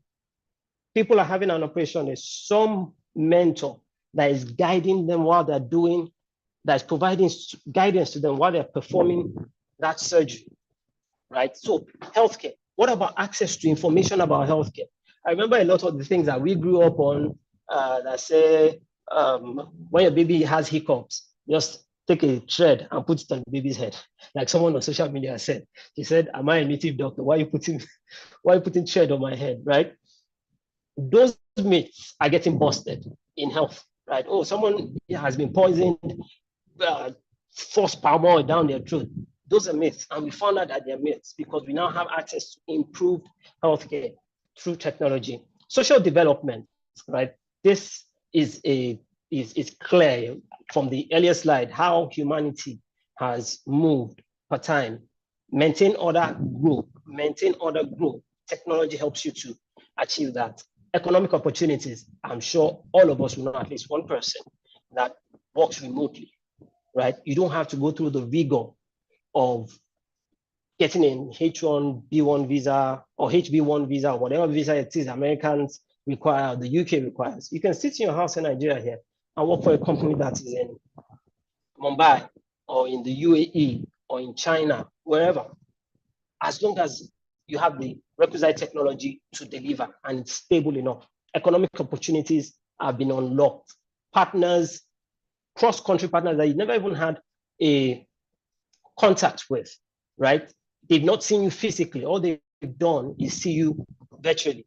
You can do businesses with people on the opposite end of the world, right? That's what technology has done for us today, as of today, right? And even prior, in the industrial age, like I said, it exploded. And that's when we really started to have the 9-to-5 kind of work, the shift kind of work, right? Because prior to that, people were mainly agrarian. It was really agriculture, horticulture, husbandry, fishing. But with the explosion, oh, the printing press is there. Now I can work as an administrator, gathering the texts or the papers, ensuring that the stock levels for paper is available. Now I'm disconnected from the agrarian culture. It also opened opportunities for all genders, both genders rather, to work in the corporate world. Enormous opportunities that technology brings. And then food security, improvements in food security have led to food security for millions. I remember India having a green revolution when they were having a famine crisis in, I think it was in the 70s, when they were having a famine crisis in the 70s. And because they could improve the brand, the variety of rice that they were producing, not only were they able to meet the needs of the country, they were also able to become the #1 exporter of rice globally. It was due to improvement in technology. I hope you're seeing a trend in what I'm saying. Technology is not communication technology alone. Technology is beyond information technology. And we need to ensure that when we talk technology, we're not limiting ourselves to the scope of information and communication technology. You hear people say, oh, I'm a tech bro, right? Or people get called tech bro, and it's typically tech, and usually tech in the financial space. And it limits, if we don't open our minds, right? If we don't open our minds, right? It limits our ability to actually take full advantage of what God has given us in terms of our ability to create, because we're co-creators with God. But if we limit ourselves to just financial tech or information and communication tech, those are very minute areas, right? In technology, so many areas: legal tech, building tech, right? Nanotech. I think I have it on the next slide. So many areas that we can apply technology for the furtherance of human existence, to solve human problems, to move humans forward. And like StephREDD said, facilitating the human experience, right? And in all of this, right, you would realize that the goal for these technologies was always improving humanity. The goal was not to earn more. The goal was not to become more powerful. The goal was not to become more popular. The goal was to improve humanity. Those things will come as a byproduct. When you give out value, value comes back to you. So let's not focus, especially as startups, let's not focus on what we can get in the now. Let's focus on the problems we have to solve, right? There are so many challenges in the African landscape that we can apply technology to. And I'm going to say this here, the focus for African startups should not be the IPO, should not be the seed funding rounds, should not be the exits they were able to sell to this company. That should not be the focus. The focus for me, for African startups, should be to replace our existing corrupt systems, right? These systems that are not allowing Africans to live their best lives. That's what our technology focus should be on, right? So this is some of the technologies that have improved human life. Just imagine we didn't have the wheel, right? Just imagine someone can come up with that spherical object that could roll.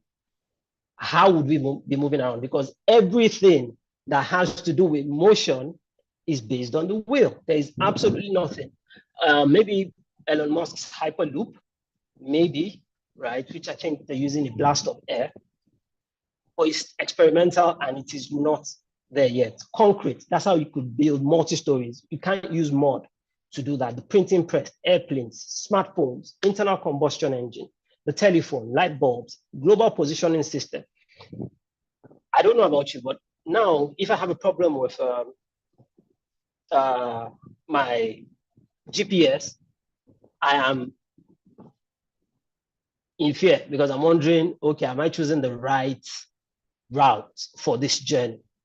Right? That's what GPS has done. It has improved our lives so we can cut down our journeys, save ourselves some stress, right? And arrive at where we're going refreshed, knowing that we took the best route, right? X-rays, imagine the amount of lives have been changed because someone accidentally discovered the X-ray because was trying to find out what kind of radiation would go through certain kind of materials, and then realized that when humans pass through those radiations, it went through them and it cast a shadow, so you would see the internal organs, and that's how the X-ray was developed. So these are some of the things that have helped humanity to become what it is today, and we owe it to ourselves to ensure that we continue to push the frontiers of technology. So now that we know the purpose, right, why we have technology, we now need to talk about the etiquette. How do we use technology? How do we behave when we're using technology? Now I'm going to also restrict it to the technology of the day, right, which is information and communication technology. Earlier technologies, the industrial age, the metal age, all that, they had their own etiquette that guided behavior, right?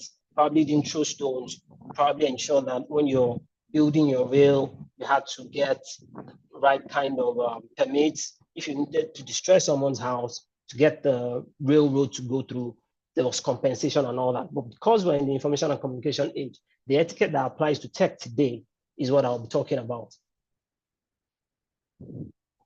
As you said, etiquette is a rule that guides social behavior, right? How do you apply that in using information and communication technology? That's what we're going to talk about. All I've said has shown that humans are the main consumers of technology. So whatever you do or whatever you use information and communication technology to do today, there's a human on the other end. And we all agree that humans are an extension of God, right? So if you're an extension of God, it means the other person on the other side is an extension of God. How do you engage with the person on the other side so they do not feel diminished when you're done having conversations or engaging with them? Yeah, they feel elevated, right? They feel validated, they feel seen. It doesn't make them feel invisible, right? How do we ensure that our use of current technology does not strip the dignity of an individual, a community, or a subset of population? Enter tech etiquette and ethics.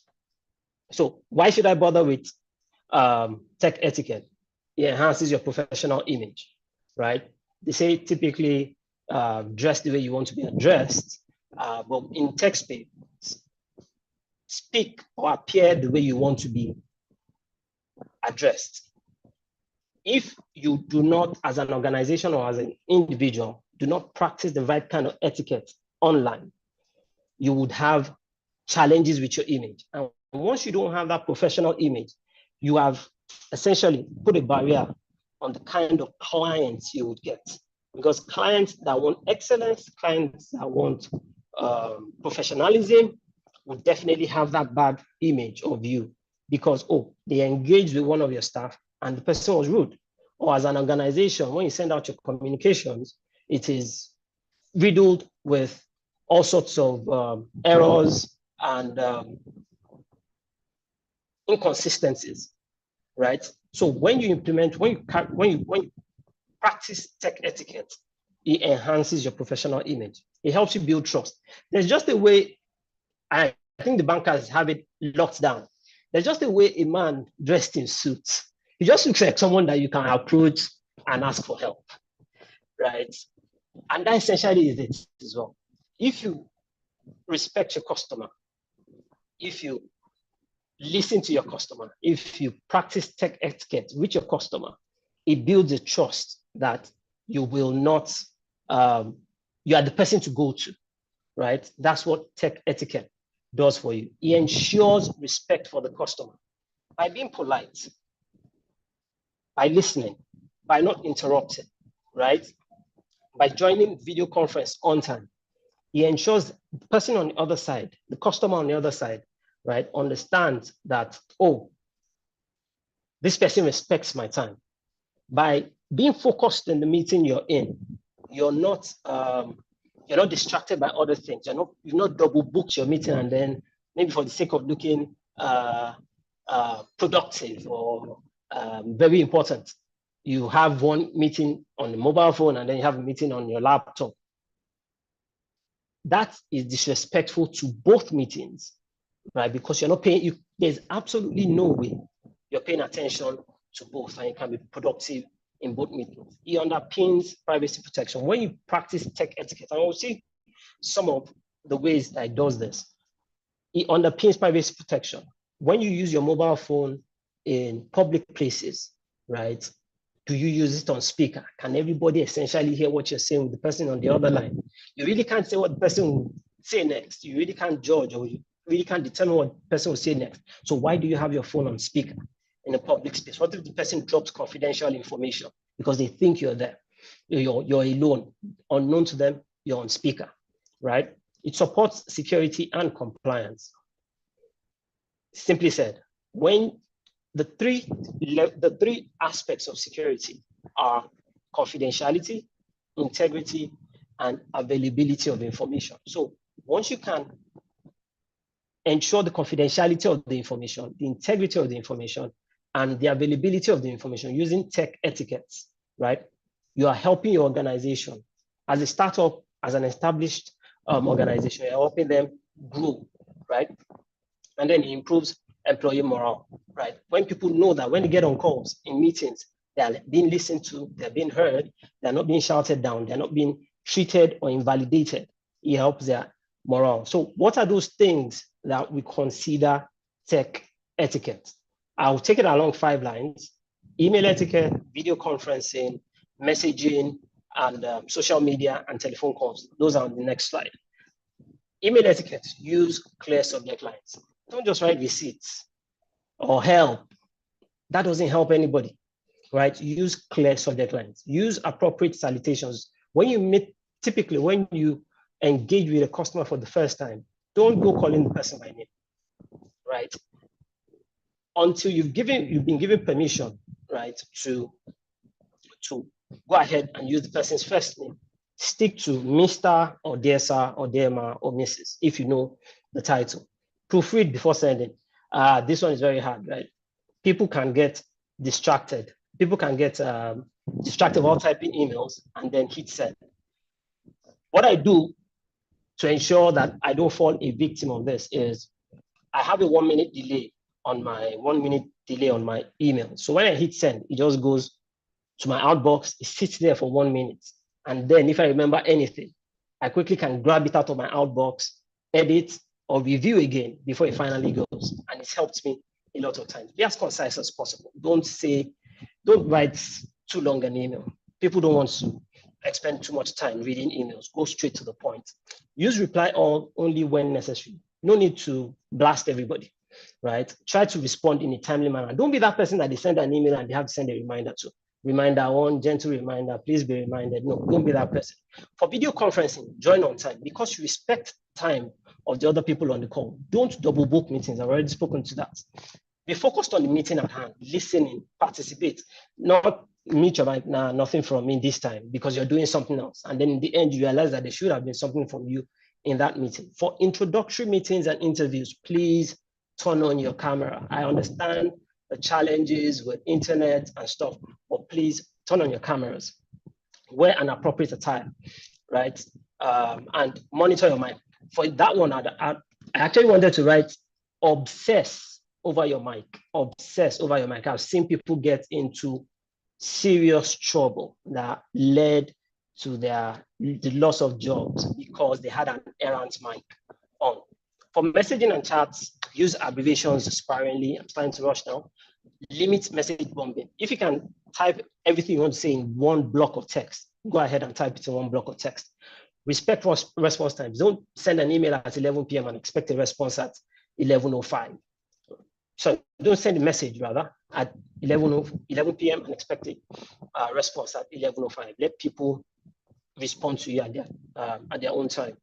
Maintain a professional tone, especially when you're dealing with customers. Offer empathy, right? Kick off with a friendly greeting. There's a status I see people write, aka.ms/no hello. I think it's abhorrent, right? You're a human being, I'm a human being. Why should I not say hello to you? Something the newer generation is championing, where they just want you to go straight to the point. Just tell me what you want to tell me, how am I doing? How's your day going? Blah, blah, blah.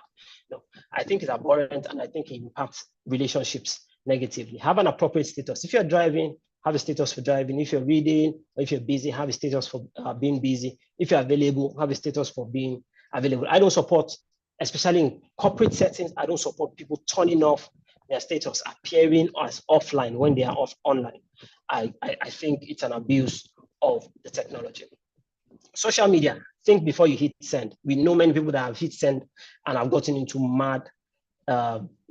major troubles, right? Fact check the information you're about to send. Don't inflame other users, right? I know sometimes we really want to respond because the person is talking from an angle where you're like, come on, think about what you're saying. But in those times, you best said to drop your phone and take a walk. Go outside and touch grass, right? And by the time you're done touching grass figuratively, right, you come back and probably be in a better mood to respond in a way that does not create further problems.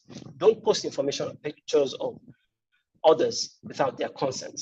Sorry, that's supposed to be without their consent. And then curate the right persona online. There is a group I'm in, there's a man there in that group that says some of the nastiest things. What he doesn't know is that I do business with his organization, right? I still do business with his organization because I don't have to deal with him. But if I had started doing business with that organization, or if I had known him before I started doing business with that organization, I would have colored that organization in the wrong light, because he's actually a very high-leveled person within the organization. And I'm going to say, if this is the way this man behaves in public, how does he behave in the organization, and how, in fact, is the organization internally? On phones. Oh, sorry, I made a mistake with this. I copied the wrong thing. Ensure that you keep it brief, right? Especially when it is focused on business. Keep it brief. When you're also, personally, I keep my phones have been on permanent vibration since 2005, and the reason they've been on permanent vibration is because I was sleeping in school and my phone was by my bed and someone was calling me. I didn't wake up, but apparently someone passing by heard my phone ringing and decided to help themselves to my phone. So since then, I've kept my phone on vibrate. Exit the environment you're in if you need to have personal calls, right? Those are some of the things you can do for phone conversations. I'll update this when I'm sharing the slide. Apologies for that. How has communication technology impacted human relationships? There have been the positive side, and we've also spoken about the negative side. Enhanced connection across distance. My brother is outside the country. He's been outside this country since I've been a kid. And I remember in the 80s, he would send a letter once a month or once a quarter or once every half year. And that's how we could talk. But now with technology, I can just hit him up, WhatsApp chat. Hey, how's everybody doing, right? Easier relationship maintenance. You can easily maintain relationship. The good stuff, formation of support networks. Because technology can join people from across the world, you now have access, again, to people that may have gone through what you've gone through and are able to help you improve your life. But what are the negatives for technology? Reduced face-to-face interactions. We're humans, we're built for social connections. And that reduction in face-to-face interaction also sort of affects the honesty. The word I'm looking for is actually failing me here. The honesty of our relationships. You really can't tell what the person is feeling on the other side. I know many times someone has chatted me, hey, Ibik, how you doing? And I'll say yes, but meanwhile I'm lying down, I'm having a bout of illness that I'm dealing with, I'm good, right? So it's reduced face-to-face interaction, miscommunication and misinterpretation. When someone sends you a message, you don't read it in the tone of the person that sent it to you.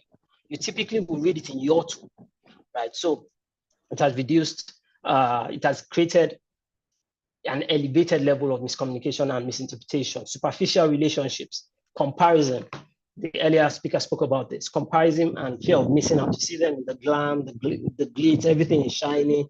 You don't know what's going on behind the camera. You don't know what has been done for that 5-second, 30-second video that they're showing you. And then you're here thinking, my life is a mess. Why is everybody doing better than me, right? That's the impact that it's having on human relationships. Privacy concerns and trust issues, right? I spoke to that earlier.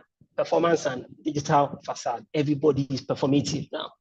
There's a certain way you have to be seen. Your face has to be looking like glass. You know, before in my generation, we used to say you have to be on fleek, right?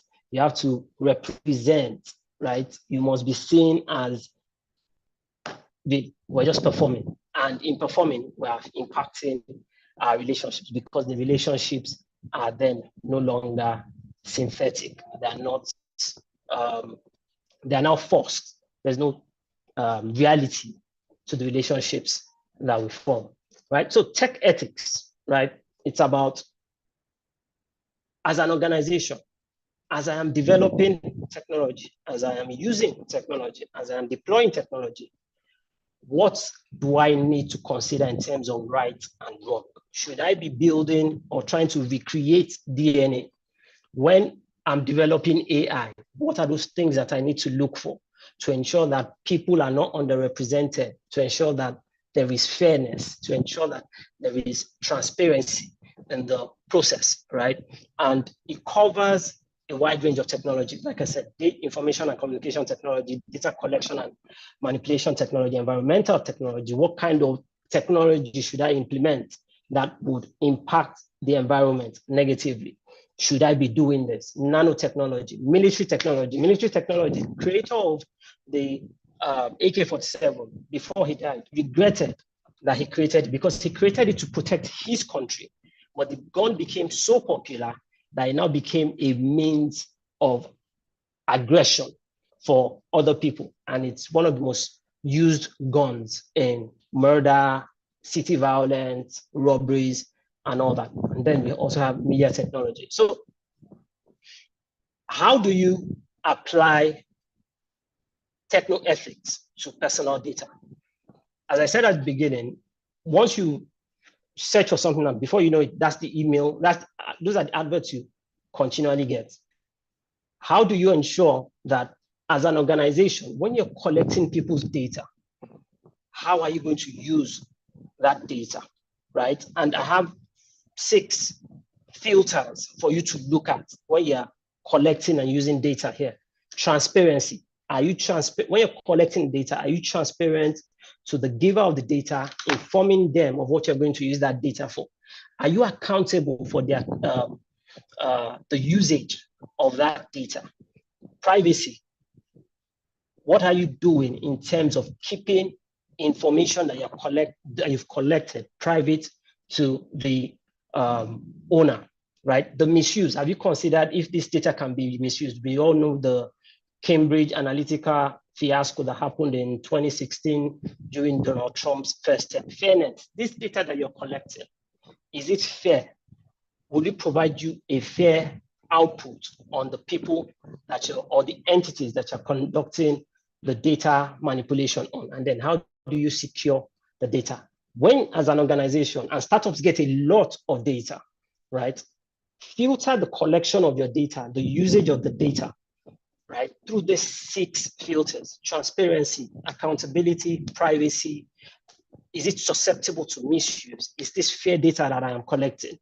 And how do I secure this data before you decide to collect, use, or deploy that data? How do you implement techno-ethics within your organization? Leadership commitment is a non-negotiable. Leadership must be committed. It's a mindset. It's a mindset that leadership must buy into.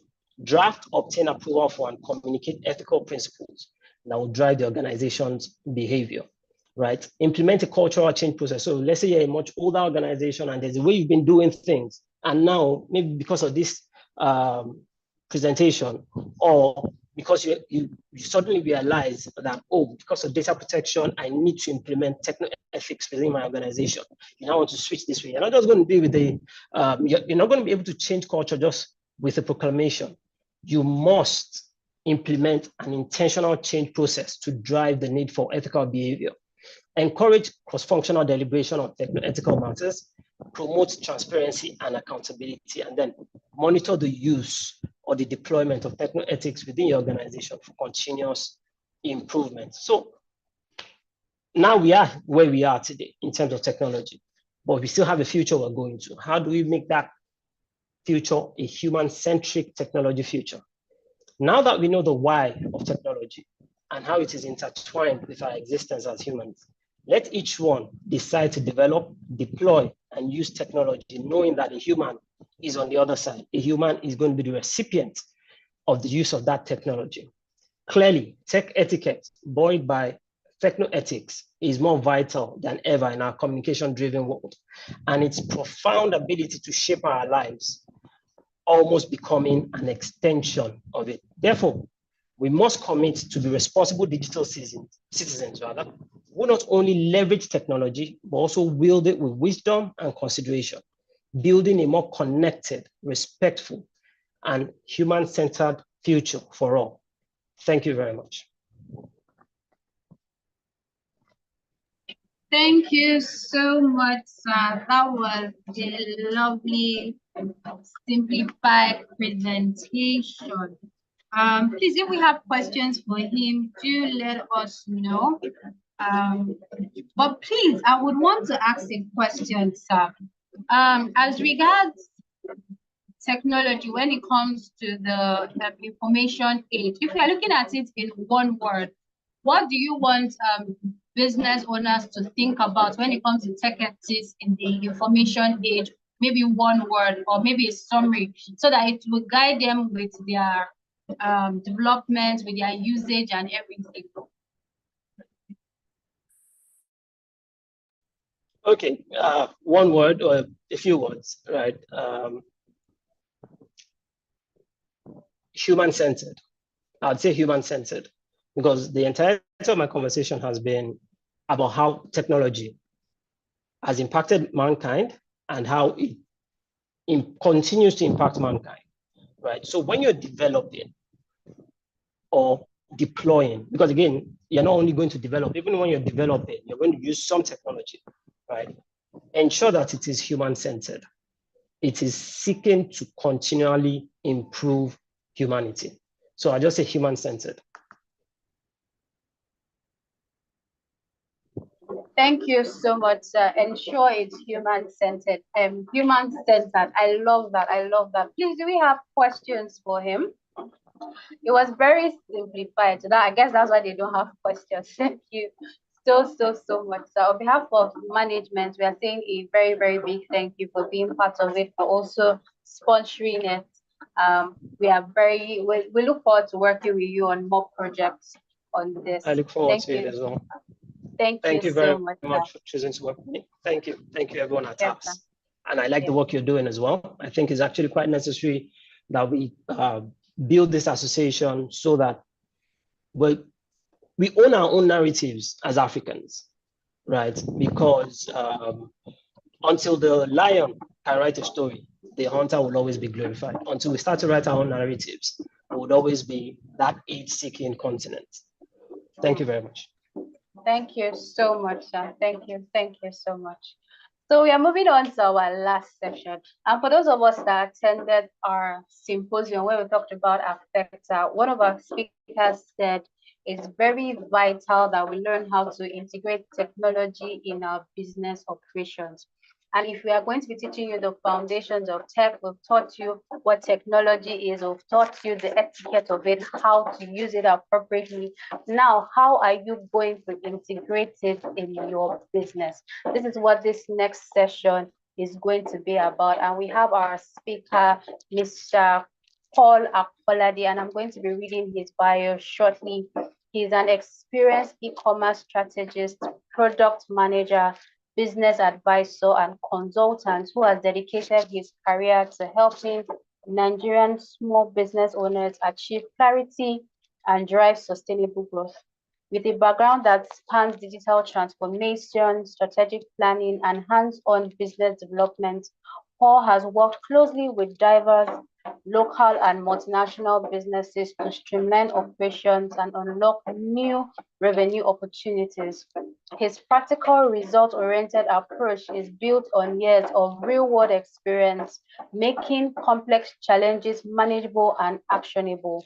Paul has been featured in press such as This Day, Business Times, and FinMag in the United Kingdom. He has spoken at events for Ingressive Good, Orange Corners, Smiden, LSETF, Startup Brains, Ziz, and Abeokuta FinHack to name a few. Paul leads the team at Eglon Technologies LLC and Vant Incorporated, a fintech startup that provides payment solutions, microcredit, and financial inclusion for SMEs. Vant is supported by Amazon Web Services, Microsoft, Faith Foundation, Beyond Limits, LSETF, MIT Solve, and Orange Corners Nigeria. He has spoken at various events where he shares his knowledge and insight on topics such as e-commerce, digital innovation, business strategy and growth, and fintech.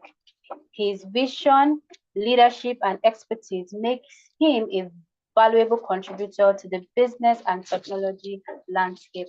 It's such an honor to have you, sir, as he will be taking us on e-commerce integration. I'll be making you a co-host in case you need to share your slides, sir. Yes, please do. Good afternoon, everyone. I'm sure that my voice is clear and you can hear me clearly. It's raining cat and dog here. So, okay, good. So I can go ahead and share my screen now, right? Yes, sir. Okay, good. Thank you.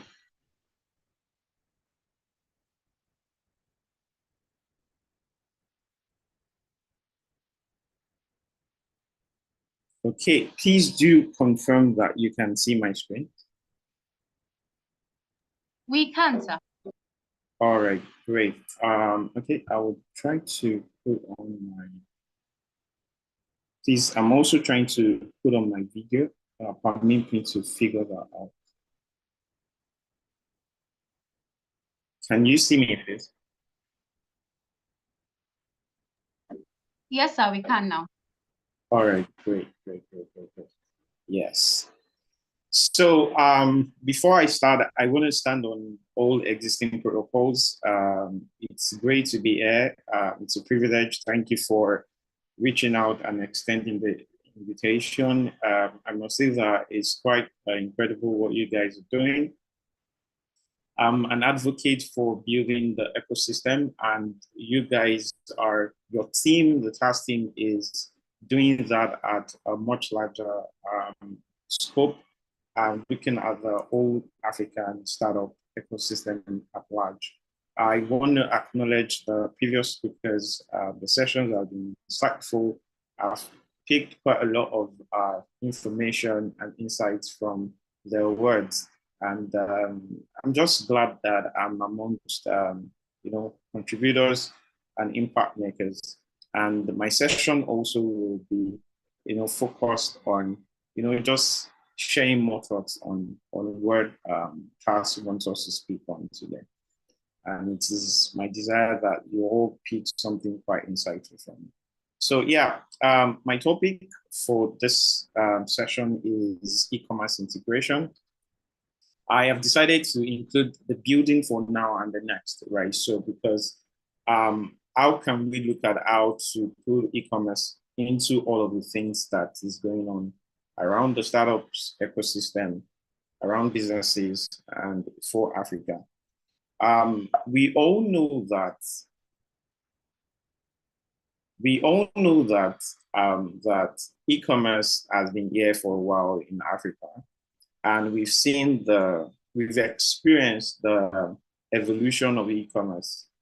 Before now, what we had was so different, right? We knew that the African markets in Nigeria usually worked in clusters of markets. I mean, that system still exists today, right? But we've been able to see a trajectory that's moved from that still existing, but now adoption of malls, shopping malls, mini malls, supermarkets, mini supermarkets, and stuff like that, even neighborhood supermarkets, right? And so we've now also seen the advent of mom and pop shops across streets and the likes. More importantly, we've seen that evolve into e-commerce, but not just e-commerce as marketplaces, but e-commerce as social commerce, right? Powered by mobile payments and global access, right? So that's what we've seen e-commerce evolve to in Africa. We've seen the likes of Jumia, Konga, we've seen the like of Market Force, we've seen the like of Omni Retail, we've seen the likes of Zazu or something like that, and quite a number of guys operating in the East African market or Sub-Saharan African market. So we've really matured when it comes to commerce, right? But of course, there are quite a number of challenges, and there's still an evolution still going on, right? Especially around market frictions, even profitability and sustainability of the current e-commerce models. So why does this really matter, right? We want to consider Africa in its context, right? Why do all of, you will see a lot of industries, businesses, enterprises storming down to Africa and saying that this is where they want to, they want to take a bite in this market.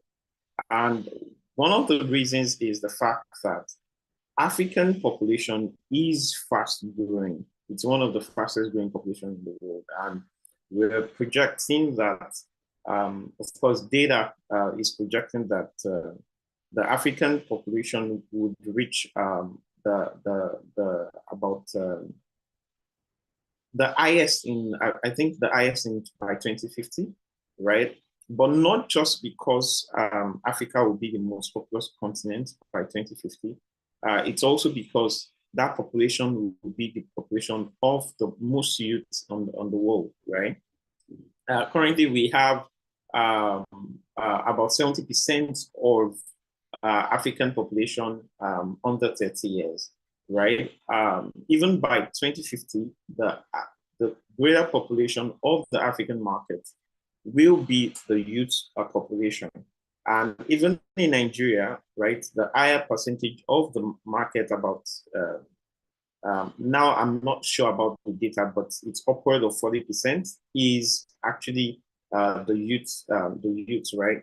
So that gives us an insight to what is happening in the market, especially knowing that if there are more younger people to serve in the African markets, then there is a demand in user behavior, there's a demand in market demand and market needs and market expectation, or there's a change in the demand of user product prioritization or behavior generally of the market because of the kind of people that are being served in that market, right?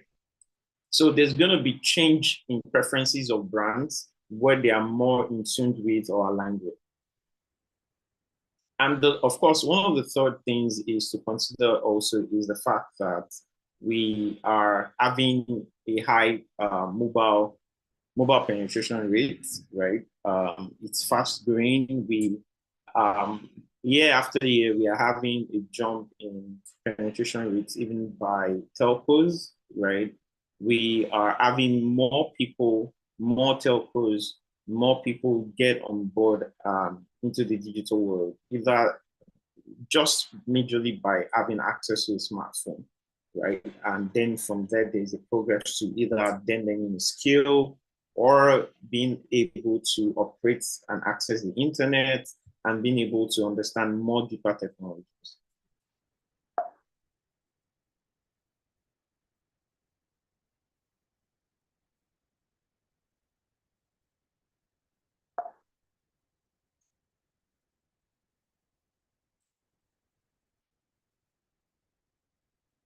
So yeah, defining e-commerce. E-commerce typically has to do with electronic commerce. That's first of the first word to demystify e-commerce. And the history of e-commerce is quite unique and rich because e-commerce has been in play for quite a long time. As far back as the 1960s, as in 1950s, right? In the early days of EDIs, so there has been those are exchange data interfaces. Those are the early days where basically data through mega computers, right? And of course, the early days of the internet boom, right? Internet revolution, where we had the likes of Amazon and the likes coming up, right? So e-commerce has evolved over time, and e-commerce is becoming a lot more different in terms of interactivity, right? However, the way e-commerce is being served majorly at this time is through websites. There are, for example, traditional online storefronts. There are quite a number that apply to the African context. Examples will include Paystack, Florwave, Bumper app, then of course Vant app, right? Because Vant offers a storefront for merchants. And of course, mobile apps such as Jumia, specific mobile apps, Jumia, Vant, or marketplaces like Jumia, Konga, or Omni Retail, or GG, right? And quite a lot of them. And of course, social channels. Social channels would include Instagram, Facebook Marketplaces, yeah, and some other channels where people, WhatsApp, of course, where people literally get to shop and buy. And because of different channels, and all of these channels are all electronic, right? Because of these diverse channels, it has actually changed and caused a big shift in the customer expectation, the customer behavior, and interactivity with what they need to buy, and of course, their overall expectation. So why now? Why is it quite important that e-commerce is taking a strong push at this time in Africa? Number one, internet growth, right? There's an expanding connectivity across the continent. We all know that there's Elon Musk, this Starlink, right? He has this new startup.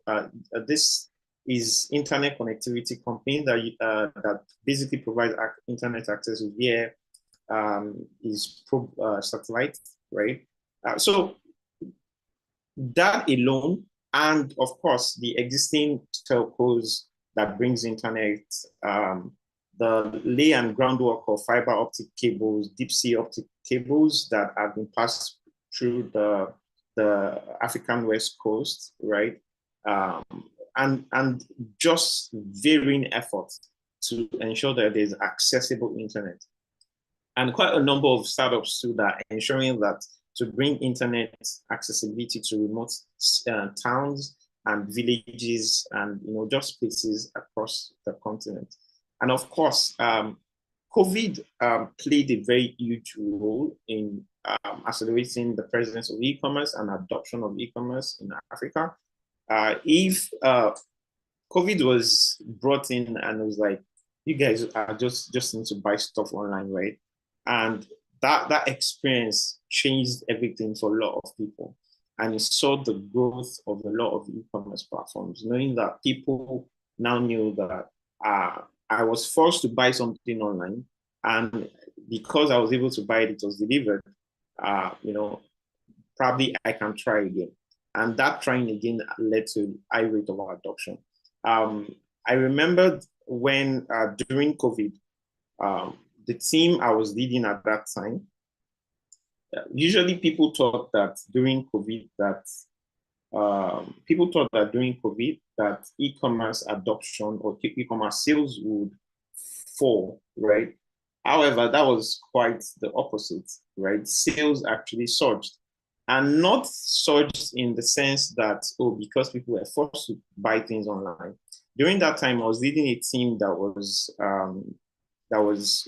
selling, offering beauty products, not just beauty, fashion, beauty, cosmetics, stuff around that value chain. What we observed was that people actually loved to take care of themselves. And in that time, if ordinarily, even before the breakout of COVID, if people were ordinarily shopping maybe 100,000, 200,000 worth of items, they increased it almost 3x, right? Of course, the other thing is digital payments. Around the digital payments, we still have quite a number of issues, especially with trust.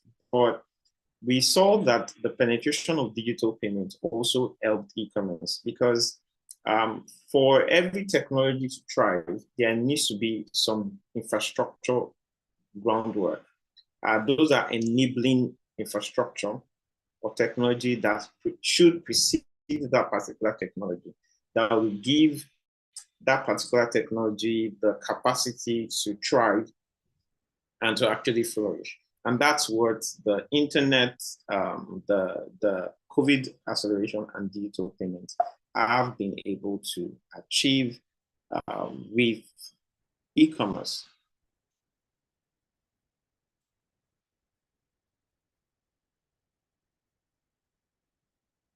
Yes. Apologies. So real world examples, I want to talk about how in terms of nowadays in e-commerce, how people adopt WhatsApp shops. For a lot of online sellers, I believe one or two of us would at some point purchase on WhatsApp. For a lot of small businesses or even medium businesses, we just wake up one morning and say, oh, I want to set up an e-commerce storefront, or not a storefront particularly, but an internal e-commerce shop or store that the whole company works on and pushes their products around. What we've seen also in time past is that for a lot of the businesses, medium businesses or small businesses that used to sell on marketplaces decided to say that I think that we can sell on our own, and they started opening their own e-commerce platforms. But for a lot of them, as fast as they opened it, soon they had to shut it down, right? Because the competition isn't just offline, right? The competition isn't just like, oh, it's either I go offline or I go online.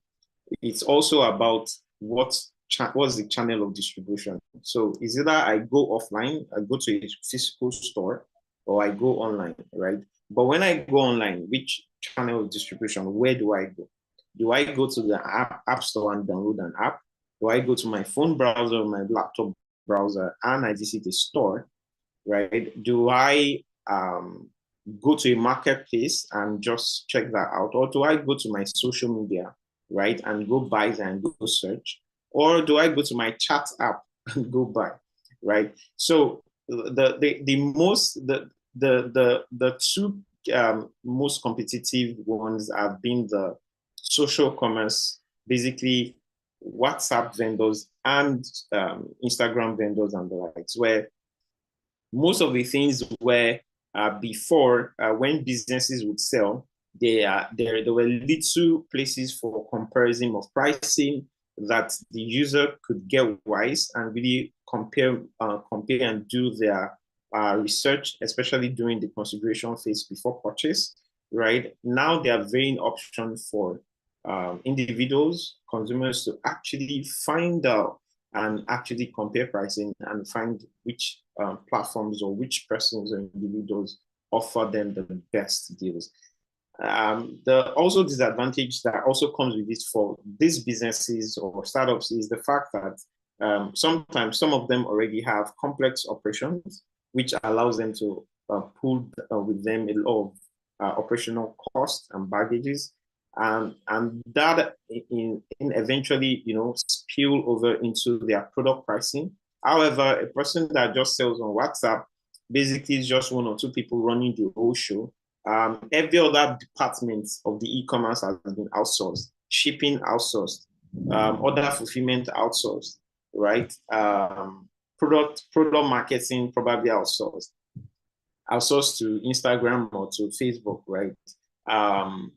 Product merchandising outsourced, right? Product inventory, they don't even have inventory, it's outsourced. So the only thing they have is the audience. They are just busy sharing or just marketing.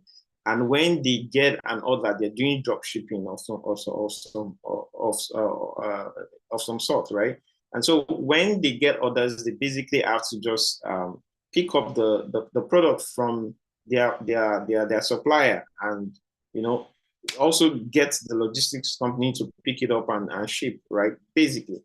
So there's an efficiency and speed to all of those processes, unlike a company where when the customer places the order, there needs to be an internal production team, or just checking if there's an inventory and checking if an inventory across the company's branches or locations across Nigeria and stuff like that. All of those processes delays, fulfillment, and the team has to still fulfill, and the team the company has its own dispatch logistics units that has to go fulfill the order. So all of that also contributes to issues where people have come to love the experience of WhatsApp shops and the likes. Of course, M-Pesa uses mobile money across Kenya and other sub-Saharan markets, African markets. These has also enabled the speed of payment, literally, right? Little issues with payment downtimes, right? And more availability of instant payments and collections for e-commerce shops or even street shop owners. And of course, we have ride-hail deliveries, right? Especially last mile. Last mile delivery is still something that we are still trying to figure out in Nigeria. Of course, there has been quite a number of efforts in that space, right? But it's still a huge, there's still a huge stuff to be done with respect to just ensuring that people get what they need to get on time, and that people can move product across the country without causing delays, wastages, and stuff like that, right? One of the reasons why we still don't get, there's still food wastages in Nigeria till now is also partly because of the logistics nightmare, right?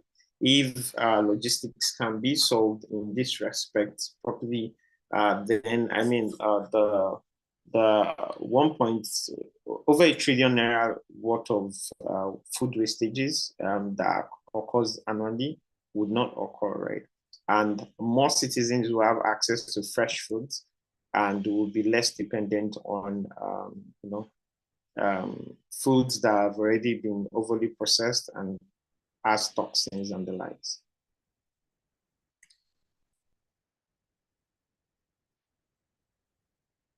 Yes, so what does tech does for e-commerce? Tech is an enabler, right? I've mentioned a few components of tech, but other things is also around customer service. So tech enables payments, tech enables customer service and the customer experience. Tech enables delivery of the applications, right? And delivery of application in the sense of distribution of the product.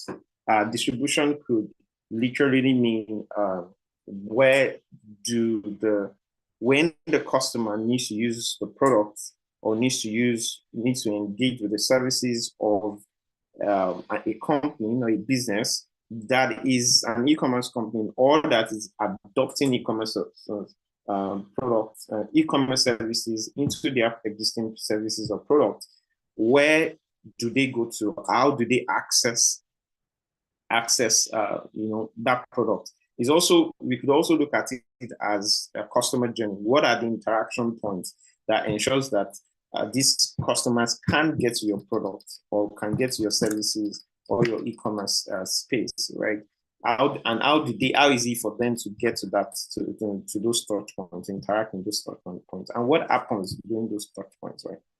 And of course, customer service, we've seen the use of AI and chatbots, but at this moment, though AI and chatbots have helped in efficiency, especially deflecting non-serious customer issues, especially customer issues that have been previously solved and that can be easily just solved by either reading a knowledge base or just picking from existing solved study cases to help the users.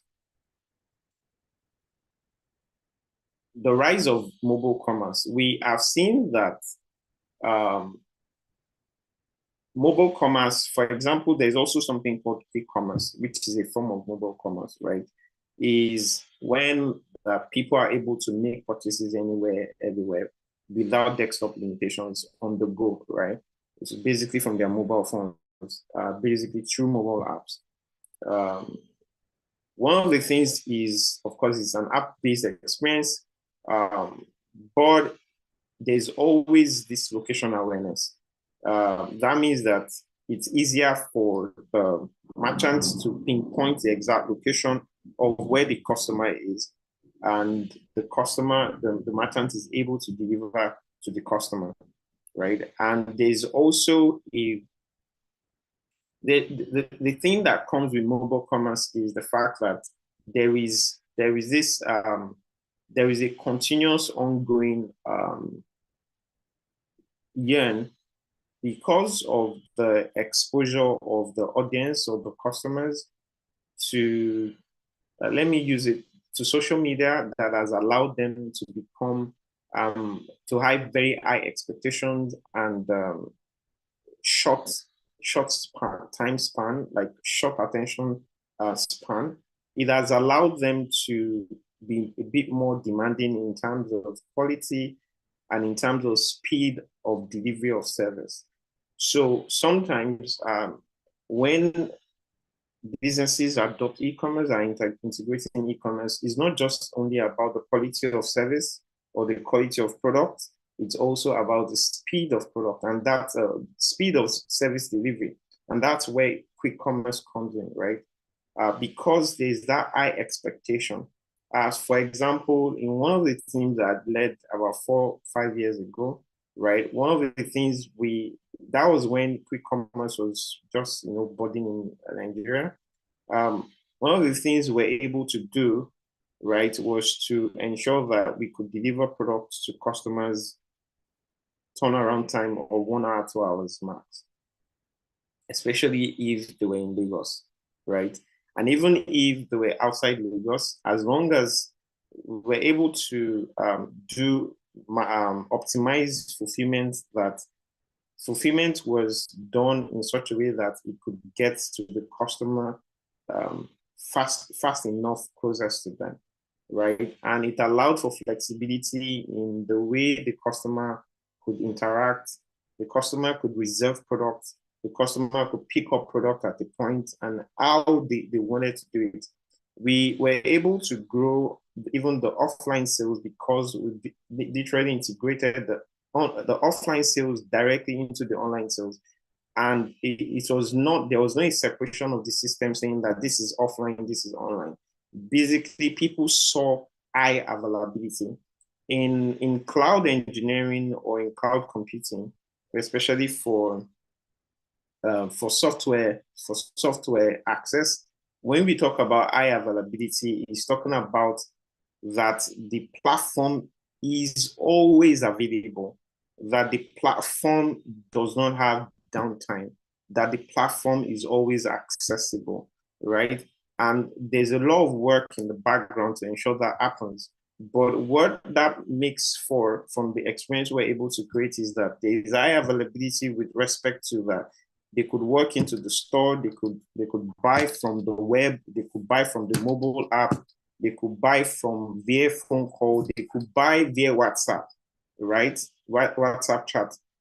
They are experiencing the same stock, the same availability of product, the same shipping experience, speed, reliable, right? That's changed the game for the company then, right? And sales grew really high. And this ensured that they knew that there was a seamless experience, you know, with the service that was being delivered to them. So yes, so key challenges. There has not been any sector, especially in e-commerce, that have not been key challenges, right? We've seen over and over and over again, we've seen issues around challenges with some of the big e-commerce platforms. I myself have seen issues around even smaller e-commerce startups shutting down, closing their shops, because there is a big issue with figuring out exactly how to serve people consistently, but not just serve people consistently, but to also bridge the gap with the issue of scalability and unit economics, right? So the ability, mostly e-commerce sometimes can be an asset heavy operations. So that means that because e-commerce is not fully tech-enabled, right? Is a tech-enabled business model, but is not completely tech, right? So there's going to be need for, you know, sound strategy to ensure that scalability can be done without endangering and bringing along the, you know, the operational inefficiency, right? Especially in e-commerce, when there is no existing efficiency, and e-commerce, electronic commerce is applied to the existing sales operations or product operation, service delivery of that business,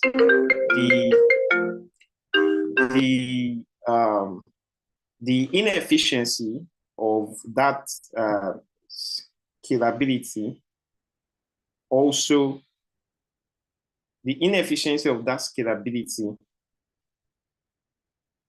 also goes along with I mean, the inefficiency is also scaled along with that technology, right?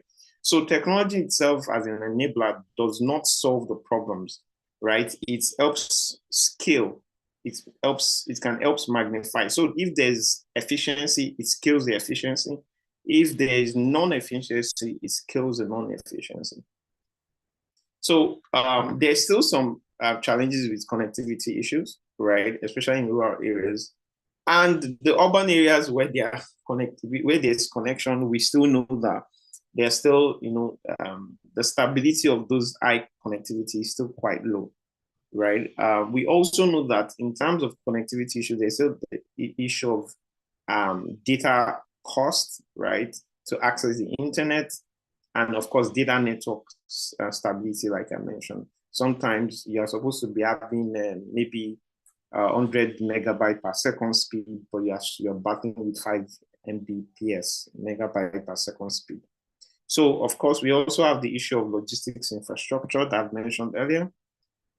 We have the digital trust gap because also there's in the market, there's this trust issue that is my money safe, especially knowing that, oh, there's a lot of, there's some people who have probably been burnt, right? And they've had a family member or someone saying that, oh, I was duped, I did this, I did it, and something happened, I couldn't get what I ordered for. So there is that trust issue, right? Especially with payment security and all. And I think that there are quite a number of ways that can play out, especially to reducing that. some of the platforms that are more susceptible to that is usually even social commerce, because anybody can wake up, right, today and say that, oh, I want to own a store on Instagram, on WhatsApp, sets up a store, upload some stuff there, people see, they're interested, they want to pay, right? What happens? People have to pay ahead to get the service, right? So the problem with that is that a lot of people get duped, right? Because when they pay ahead, then we've had situations where the so-called merchant just disappears, is incommunicable, and the product that was paid for was not delivered. And and that's the whole story, right? So the buyer is now in frenzy, trying to understand what's happening to recover their funds and stuff like that. Right, so that's something that still needs to be looked at, and that itself is a big issue. That because without that trust divide, that trust gap being solved, it would not allow even upcoming or emerging e-commerce platforms to actually try, whether marketplaces or just platforms that are owned by individual businesses, right? And one of the things that is quite important is that I do advocate for use of storefronts, especially for small businesses, because it takes away the issue with adoption, because mostly a lot of people already know that particular brand. There's already some form of adoption, but excuse me.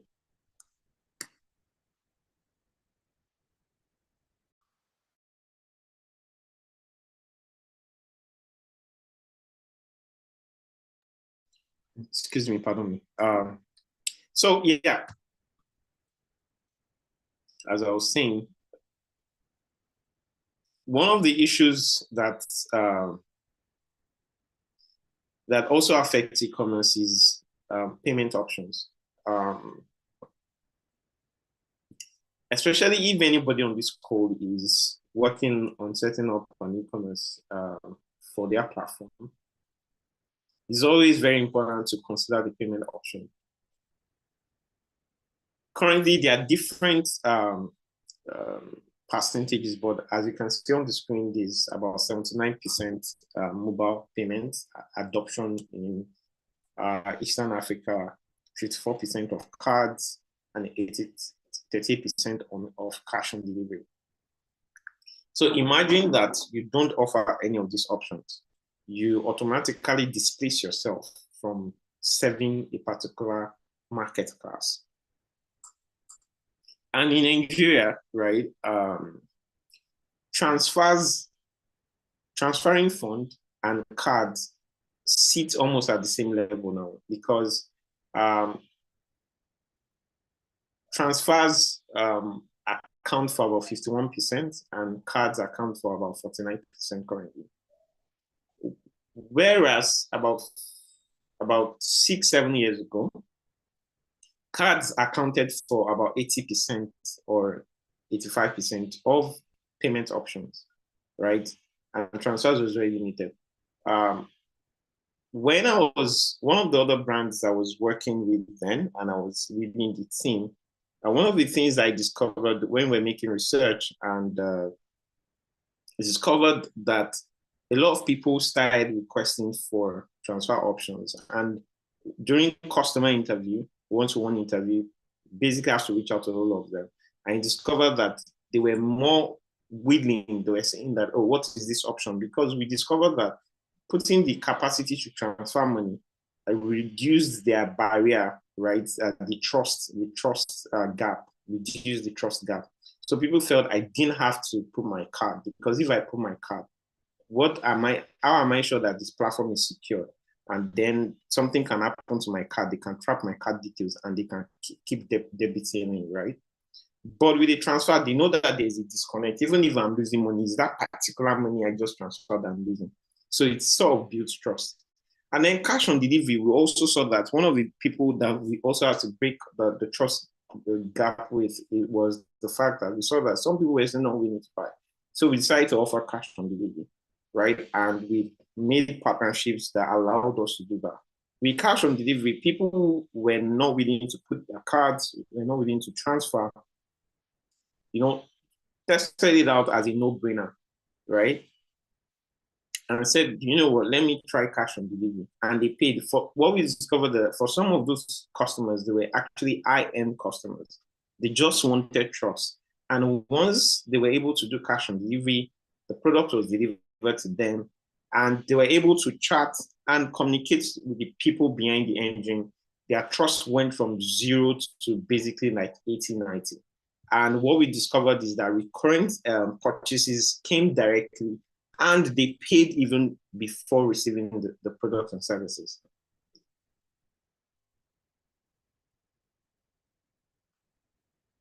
Security considerations. I just mentioned some of the security considerations that affect customers from trusting, right? Some of the other security considerations is about fraud, right? Integration needs to be done in such a way that there needs to be consideration of a payment platform that already has either fraud detection and an algorithm that detects suspicious patterns in transactions, or AI-enabled fraud pattern detection, right? That sort of prevents the company from being, there are various sort of stuff out there right now. We hear things like fake alerts, right? Fake this, fake that. Systems and softwares created to create vulnerability in systems, right? There's also data encryption. Basically, that talks about protecting information between systems, right? In computing engineering, right? Basically, for e-commerce, which is powered by computing engineering, codes and the likes, right? There's communication between all the components, between where your website sits or your mobile app sits, and between the logistics partners, their own technology, all of those moving parts. Everything communicates with each other through something called APIs, which is application programming interface. So if the data in transits are not protected, those data can be intercepted. Such data that could be intercepted could be customer data information, card payment information. It could be customer passwords. It could be customer order information, right? And that other information could be their house addresses, it could be their phone numbers, their private emails. That those emails and those data can then be later be used for something called phishing attacks, right? Or social engineering. So it's quite important that there's strong data encryption, and of course, there's compliance to PCI DSS, especially for card payments. And that is why it is important to partner with a system that already is in compliance, and especially that if there is an issue, right, the risk factor is easily transferred to those partners, so that the business owners are actually free from the obligations of such issues. And of course, there's still a huge need for customer education to overcome the digital trust gap. I've mentioned some of the customer expectations basically because when I was talking about that, the businesses are majorly, the consumers or the customers now are majorly young people, and their adoption to or addiction to dopamine, social media platforms, doses of dopamine and instant gratification and the likes, right? So people want quick loading times. They don't want their website to take forever to load. They don't want the pictures on their platforms to take forever to load, right? They want omni-channels. And that was what I was talking about. earlier from one of the brands that I led teams, right? Omnichannel, same service delivery across web, mobile, physical stores, across everywhere. Ability, the customer should be able to claim their loyalty programs, whatever incentive you're giving them across. They should be able to pick up product across. They should be able to order across. There shouldn't be a disparity and disconnection of experiences across all of those channels. Trust signals, transparent policy, authentic reviews, visible security badge that builds crucial confidence, right? We've had some of the businesses that adopt e-commerce, especially that were non-e-commerce companies. One of the issues that also affects them is the fact that they don't have transparent policies or favorable policies, right? The key thing is customer experience, and especially when we're in the age where you could create a bad experience and that customer could just go online and just post about it, right? Rather than having to have served the customer and gotten a great feedback and review, you are first having to deal with that issue, and then you're having to then deal with the reputational damage and the goodwill, eroding goodwill in the marketplace. Local relevance, solutions must be respectful to cultural nuances. One of the things that this has really opened our minds to is the fact that you could have great solutions, but those great solutions do not fit the market nuances, especially if localization is not factored, right? Understanding the unique culture, the unique tendencies of that particular market.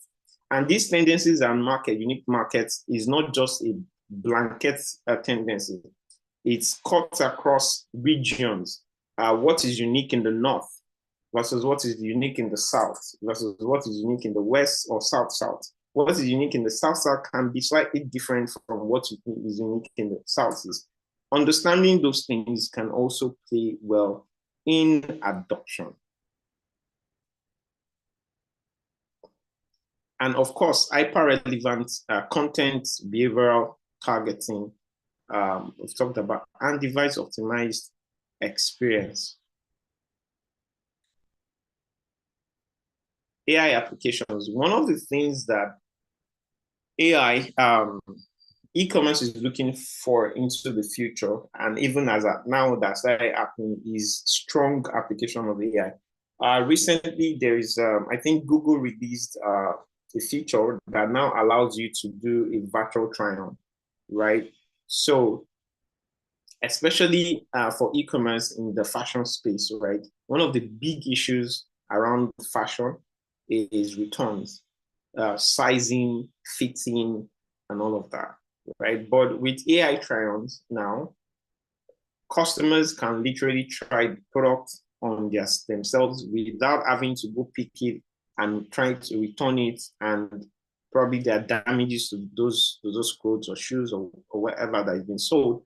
But this reduces that and allows the customer to visually, see how they would experience that cloth. And so by the time they are buying, right, it actually yields for a better conversion, right? And by the time they are buying with more convictions, and there are lesser cases for return, right? Smart discovery, smart searches, e-commerce integration, e-commerce platforms, businesses adopting e-commerce will also know that the goal and the game or the rule of search engines is changing, right? Search engines is fast becoming AI search engines rather than the web search engines, as we will put it, right? So AIs are now crawling platforms, understanding which platforms and recommendations. People are asking AI for recommendations. I want to buy this. So my question is ensuring that there is a strong optimization for AI search. Conversational commerce, we mentioned that earlier. WhatsApp, chatbot conversations, people want to make purchases. Recently, OpenAI, which is ChatGPT, they released a feature in the US market that allow people to make purchases for products right within ChatGPT chat, right? You can literally buy. So like I said, the game is totally different. Is really changing. The channels of distribution is becoming wider, right? Before, channels of distribution is have a physical store or be in the mall, right? Or supply your products to the mall, to stores, and that was it. But now we have stores, we have malls, we have your own physical points of sale, right? We have online, and for the online, we are now having AI chats, bots, AI searches, AI chat bots. We have social media chats, right? Social media platforms. We have mobile apps. We have web apps, which is website and stuff like that. So the channel is becoming wider, and the expectation for omni-channel is becoming bigger, right? Because some of your platforms, some of your customers could be on different platforms, and they want to be able to access you on those platforms and also get the same experience and also buy, right? So it's important to invest in all of those things. Demand forecasting, that's one of the things that AI brings about. You can literally predict, right? Not be caught off guard. One of the things that is also a bit challenging for some platforms is the fact that they cannot predictively think or preempt stock, right? Ensuring that they always have stock. And that's something, when customers come to your platform and they cannot find stock, it becomes a problem, right?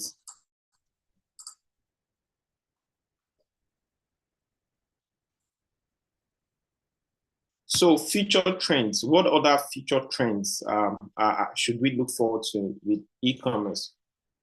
There's going to be more of voice commerce, right? There's some existing form of it, especially with Alexa, right?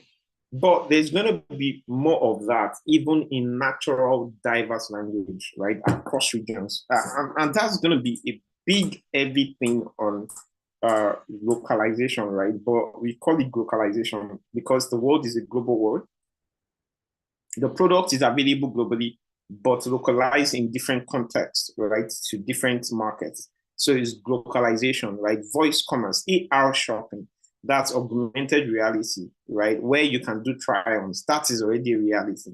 And more progress is being worked on around that. Blockchain supply, right? Transparent product journey. Building trust, right, amongst the customers, seeing that, okay, this is how the product moves from year to year, and the customer is able to sincerely follow up with the product. One of the things that causes anxiety, especially even with delivery, is the fact that the customer is blind. They only know that the products move from this point to this point when a human being at one point goes to the system and marks that it has been received into this warehouse or it has been received there, right? But real-time tracking, real-time journey flow of where the product is, how it is, and stuff like that. Of course, social commerce also being reflective of community-based buying.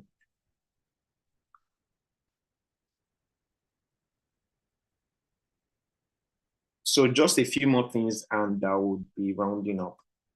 Of course, I don't want to end this without talking about a few other things like sustainability impact.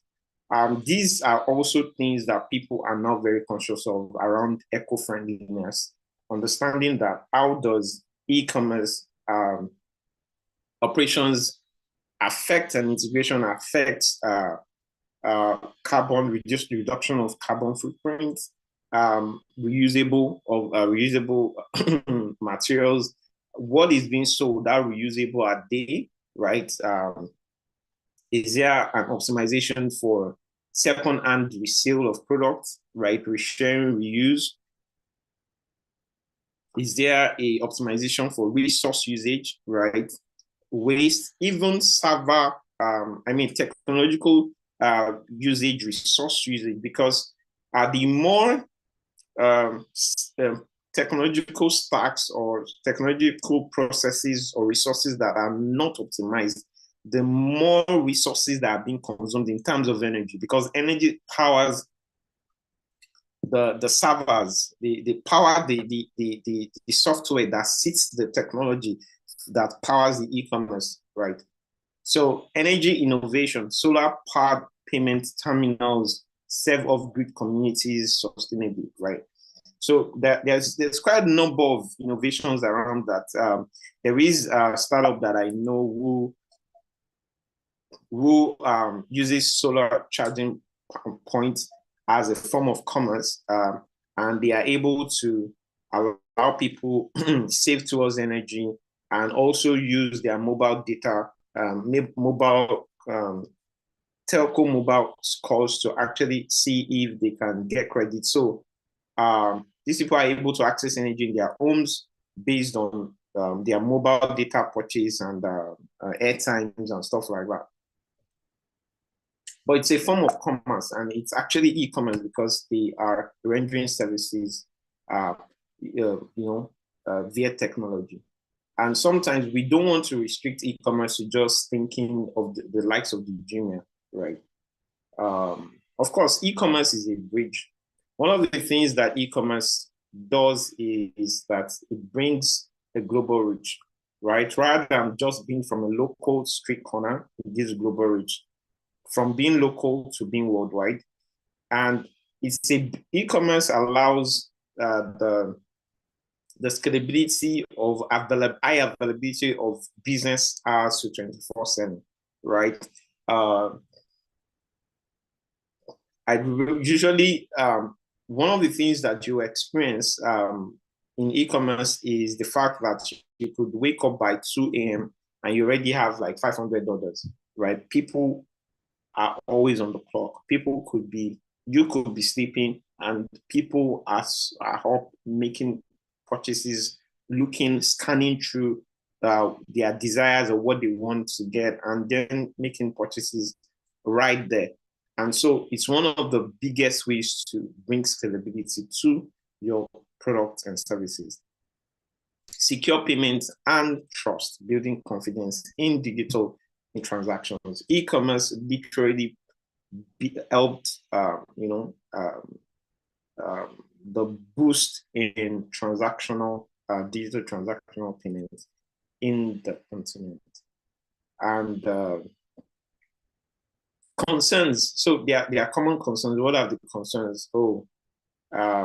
People say that if there's an adoption, the more we adopt technology, with respect to e-commerce integrations and other likes, that there could be job losses, right? I think that just like our StephREDD mentioned, right, we should be concerned about not using the tools as a treasure, right? So concerned about automation replacing humans, right?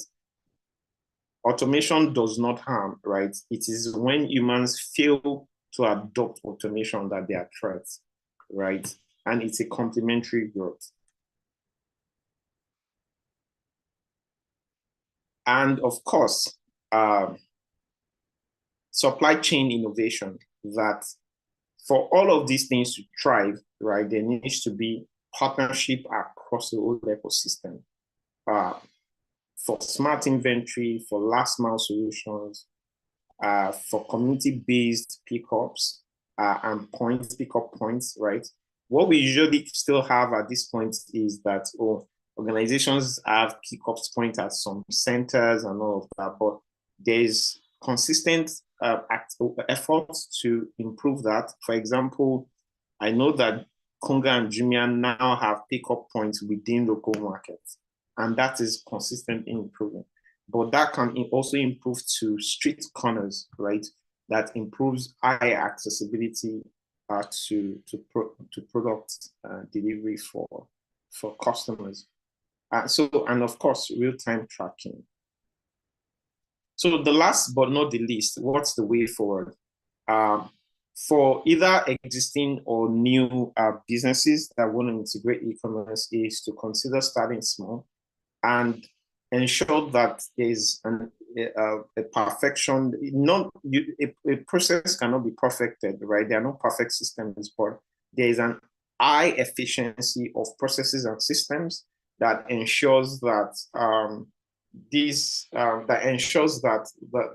business and the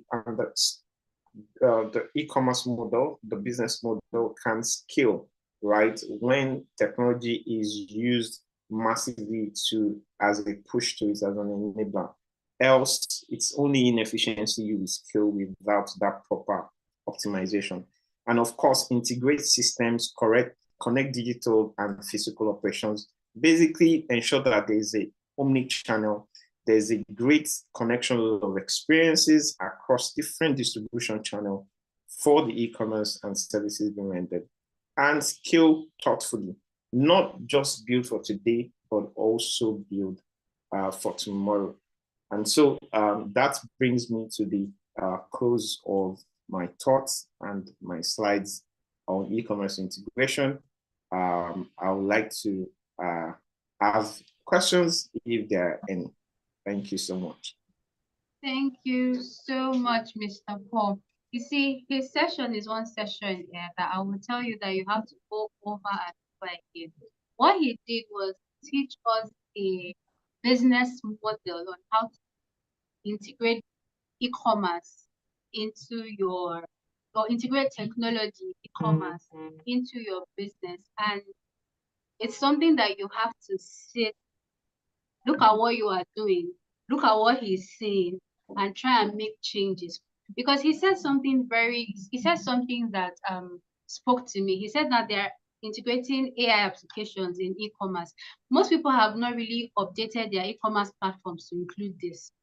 And this is very, very vital, because me as a person, I've always been looking at the fashion industry, and I've always been saying this thing about, they will just put now this is looking like there is a lot of innovation when it's coming to the fashion industry. And I'm glad he used the fashion industry as an example. A lot of innovations is coming up with their Etiquette style, this one style. We love the innovations, but if looking at the woman's perspective, it's not every body shape that particular style will fit. Is it possible that they can maybe, if you are this body shape, maybe just adjust it like this? And then he's not saying that with AI applications, you can do this for your customer. I'm not sure most of us are hearing this thing. Again, okay, let us even leave the fashion industry. Let us look at you are selling services or products, or let's say courses now, and somebody wants to buy a particular course that you have bundled in a way that might not really speak to that person, and the person is suggesting that, oh, this is my problem, this is this, and the AI application can pick different courses and quickly put a bundle for that person. This is what I'm saying, that his session is a session you have to go back, listen, look at it, look at what you are doing, and start contacting your IT people. Please, if your IT people cannot, please contact Mr. Paul. Please contact him and let him help you, because these things would help you with your customers, because these are some of the things they are thinking about, and you might not be able to all the time answer them, especially when there is a lot of time difference and time zone. You people may be making suggestions maybe in the midnight, and you are not there. AI can answer on your behalf. So thank you so much. This was really like eye-opening, because I don't know, for some reason I've been like, okay, how would they? And to me, I was like, oh wow, so people now I can upload maybe my body, and I can see how the clothes will fit me before. I'll be glad though, because I'm tired of buying some things, and at the end of the day, I buy it and I'm like, Jesus Christ, who sent me message to buy this particular product? Or I buy a particular course, and then I'm like, even the way the person explained this course, it's not really what I'm looking for. And again, this is how we also talk about the previous speaker session, tech etiquette, explaining very well, like integrating what your course is about or what your product is about, so it will help AI and you have better customer and consumer experience, right? So thank you so much. Again, go back to the session, sit down with your business operations, look at your code. Those of you that have web, it's not more about having websites again. There are new things you need to add to it, and he mentioned it. Thank you so much. Please, do we have questions? Do we have questions for him? Thank you so much. I really enjoyed your session. I really enjoyed, because I have not really thought of that before, the AI applications into you. I just knew that, okay, there were e-commerce and all this, but I've not really thought of it that way. And this is why we have sessions like this, would help you think better when it comes to using technology and your business, right? So thank you so much. Do we have questions? I don't think we have questions. I think they're still going to look at the operations and come back again and ask. And then like look at it and be like, okay, so what can I do better? And I thank you so much, sir, that you simplified it. So if anybody's even going back to the replay, there is an understanding that they will have of this subject matter. So I want to say a very, very, very big thank you on behalf of the Association of African Startups, on behalf of the executives, on behalf of the members. We are saying a very, very big thank you for simplifying this particular topic for us and even making us understand what to look out for in the nearest future.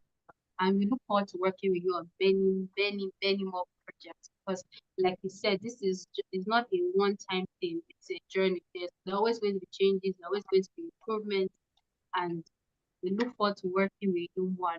Thank you so much, sir. Thank you so much for having me. Thank you. So on behalf of the Association of African Startups, I want to say a very, very, very, very big thank you to all of us who participated at our 2025 Tech Summit. To those of us that have been watching us live on YouTube, we're saying a very, very big thank you. To those of us that joined in, we're saying a very, very big thank you to our sponsors. Once again, that's StephREDD, the Vant, the Vant app. Then I'm trying to get please pardon me. So Wragby Business Solutions and Technologies Limited, we are saying a very, very big thank you for sponsoring this event today. We are extremely grateful. And to that we say thank you and see you next year. Have a great day and God bless you.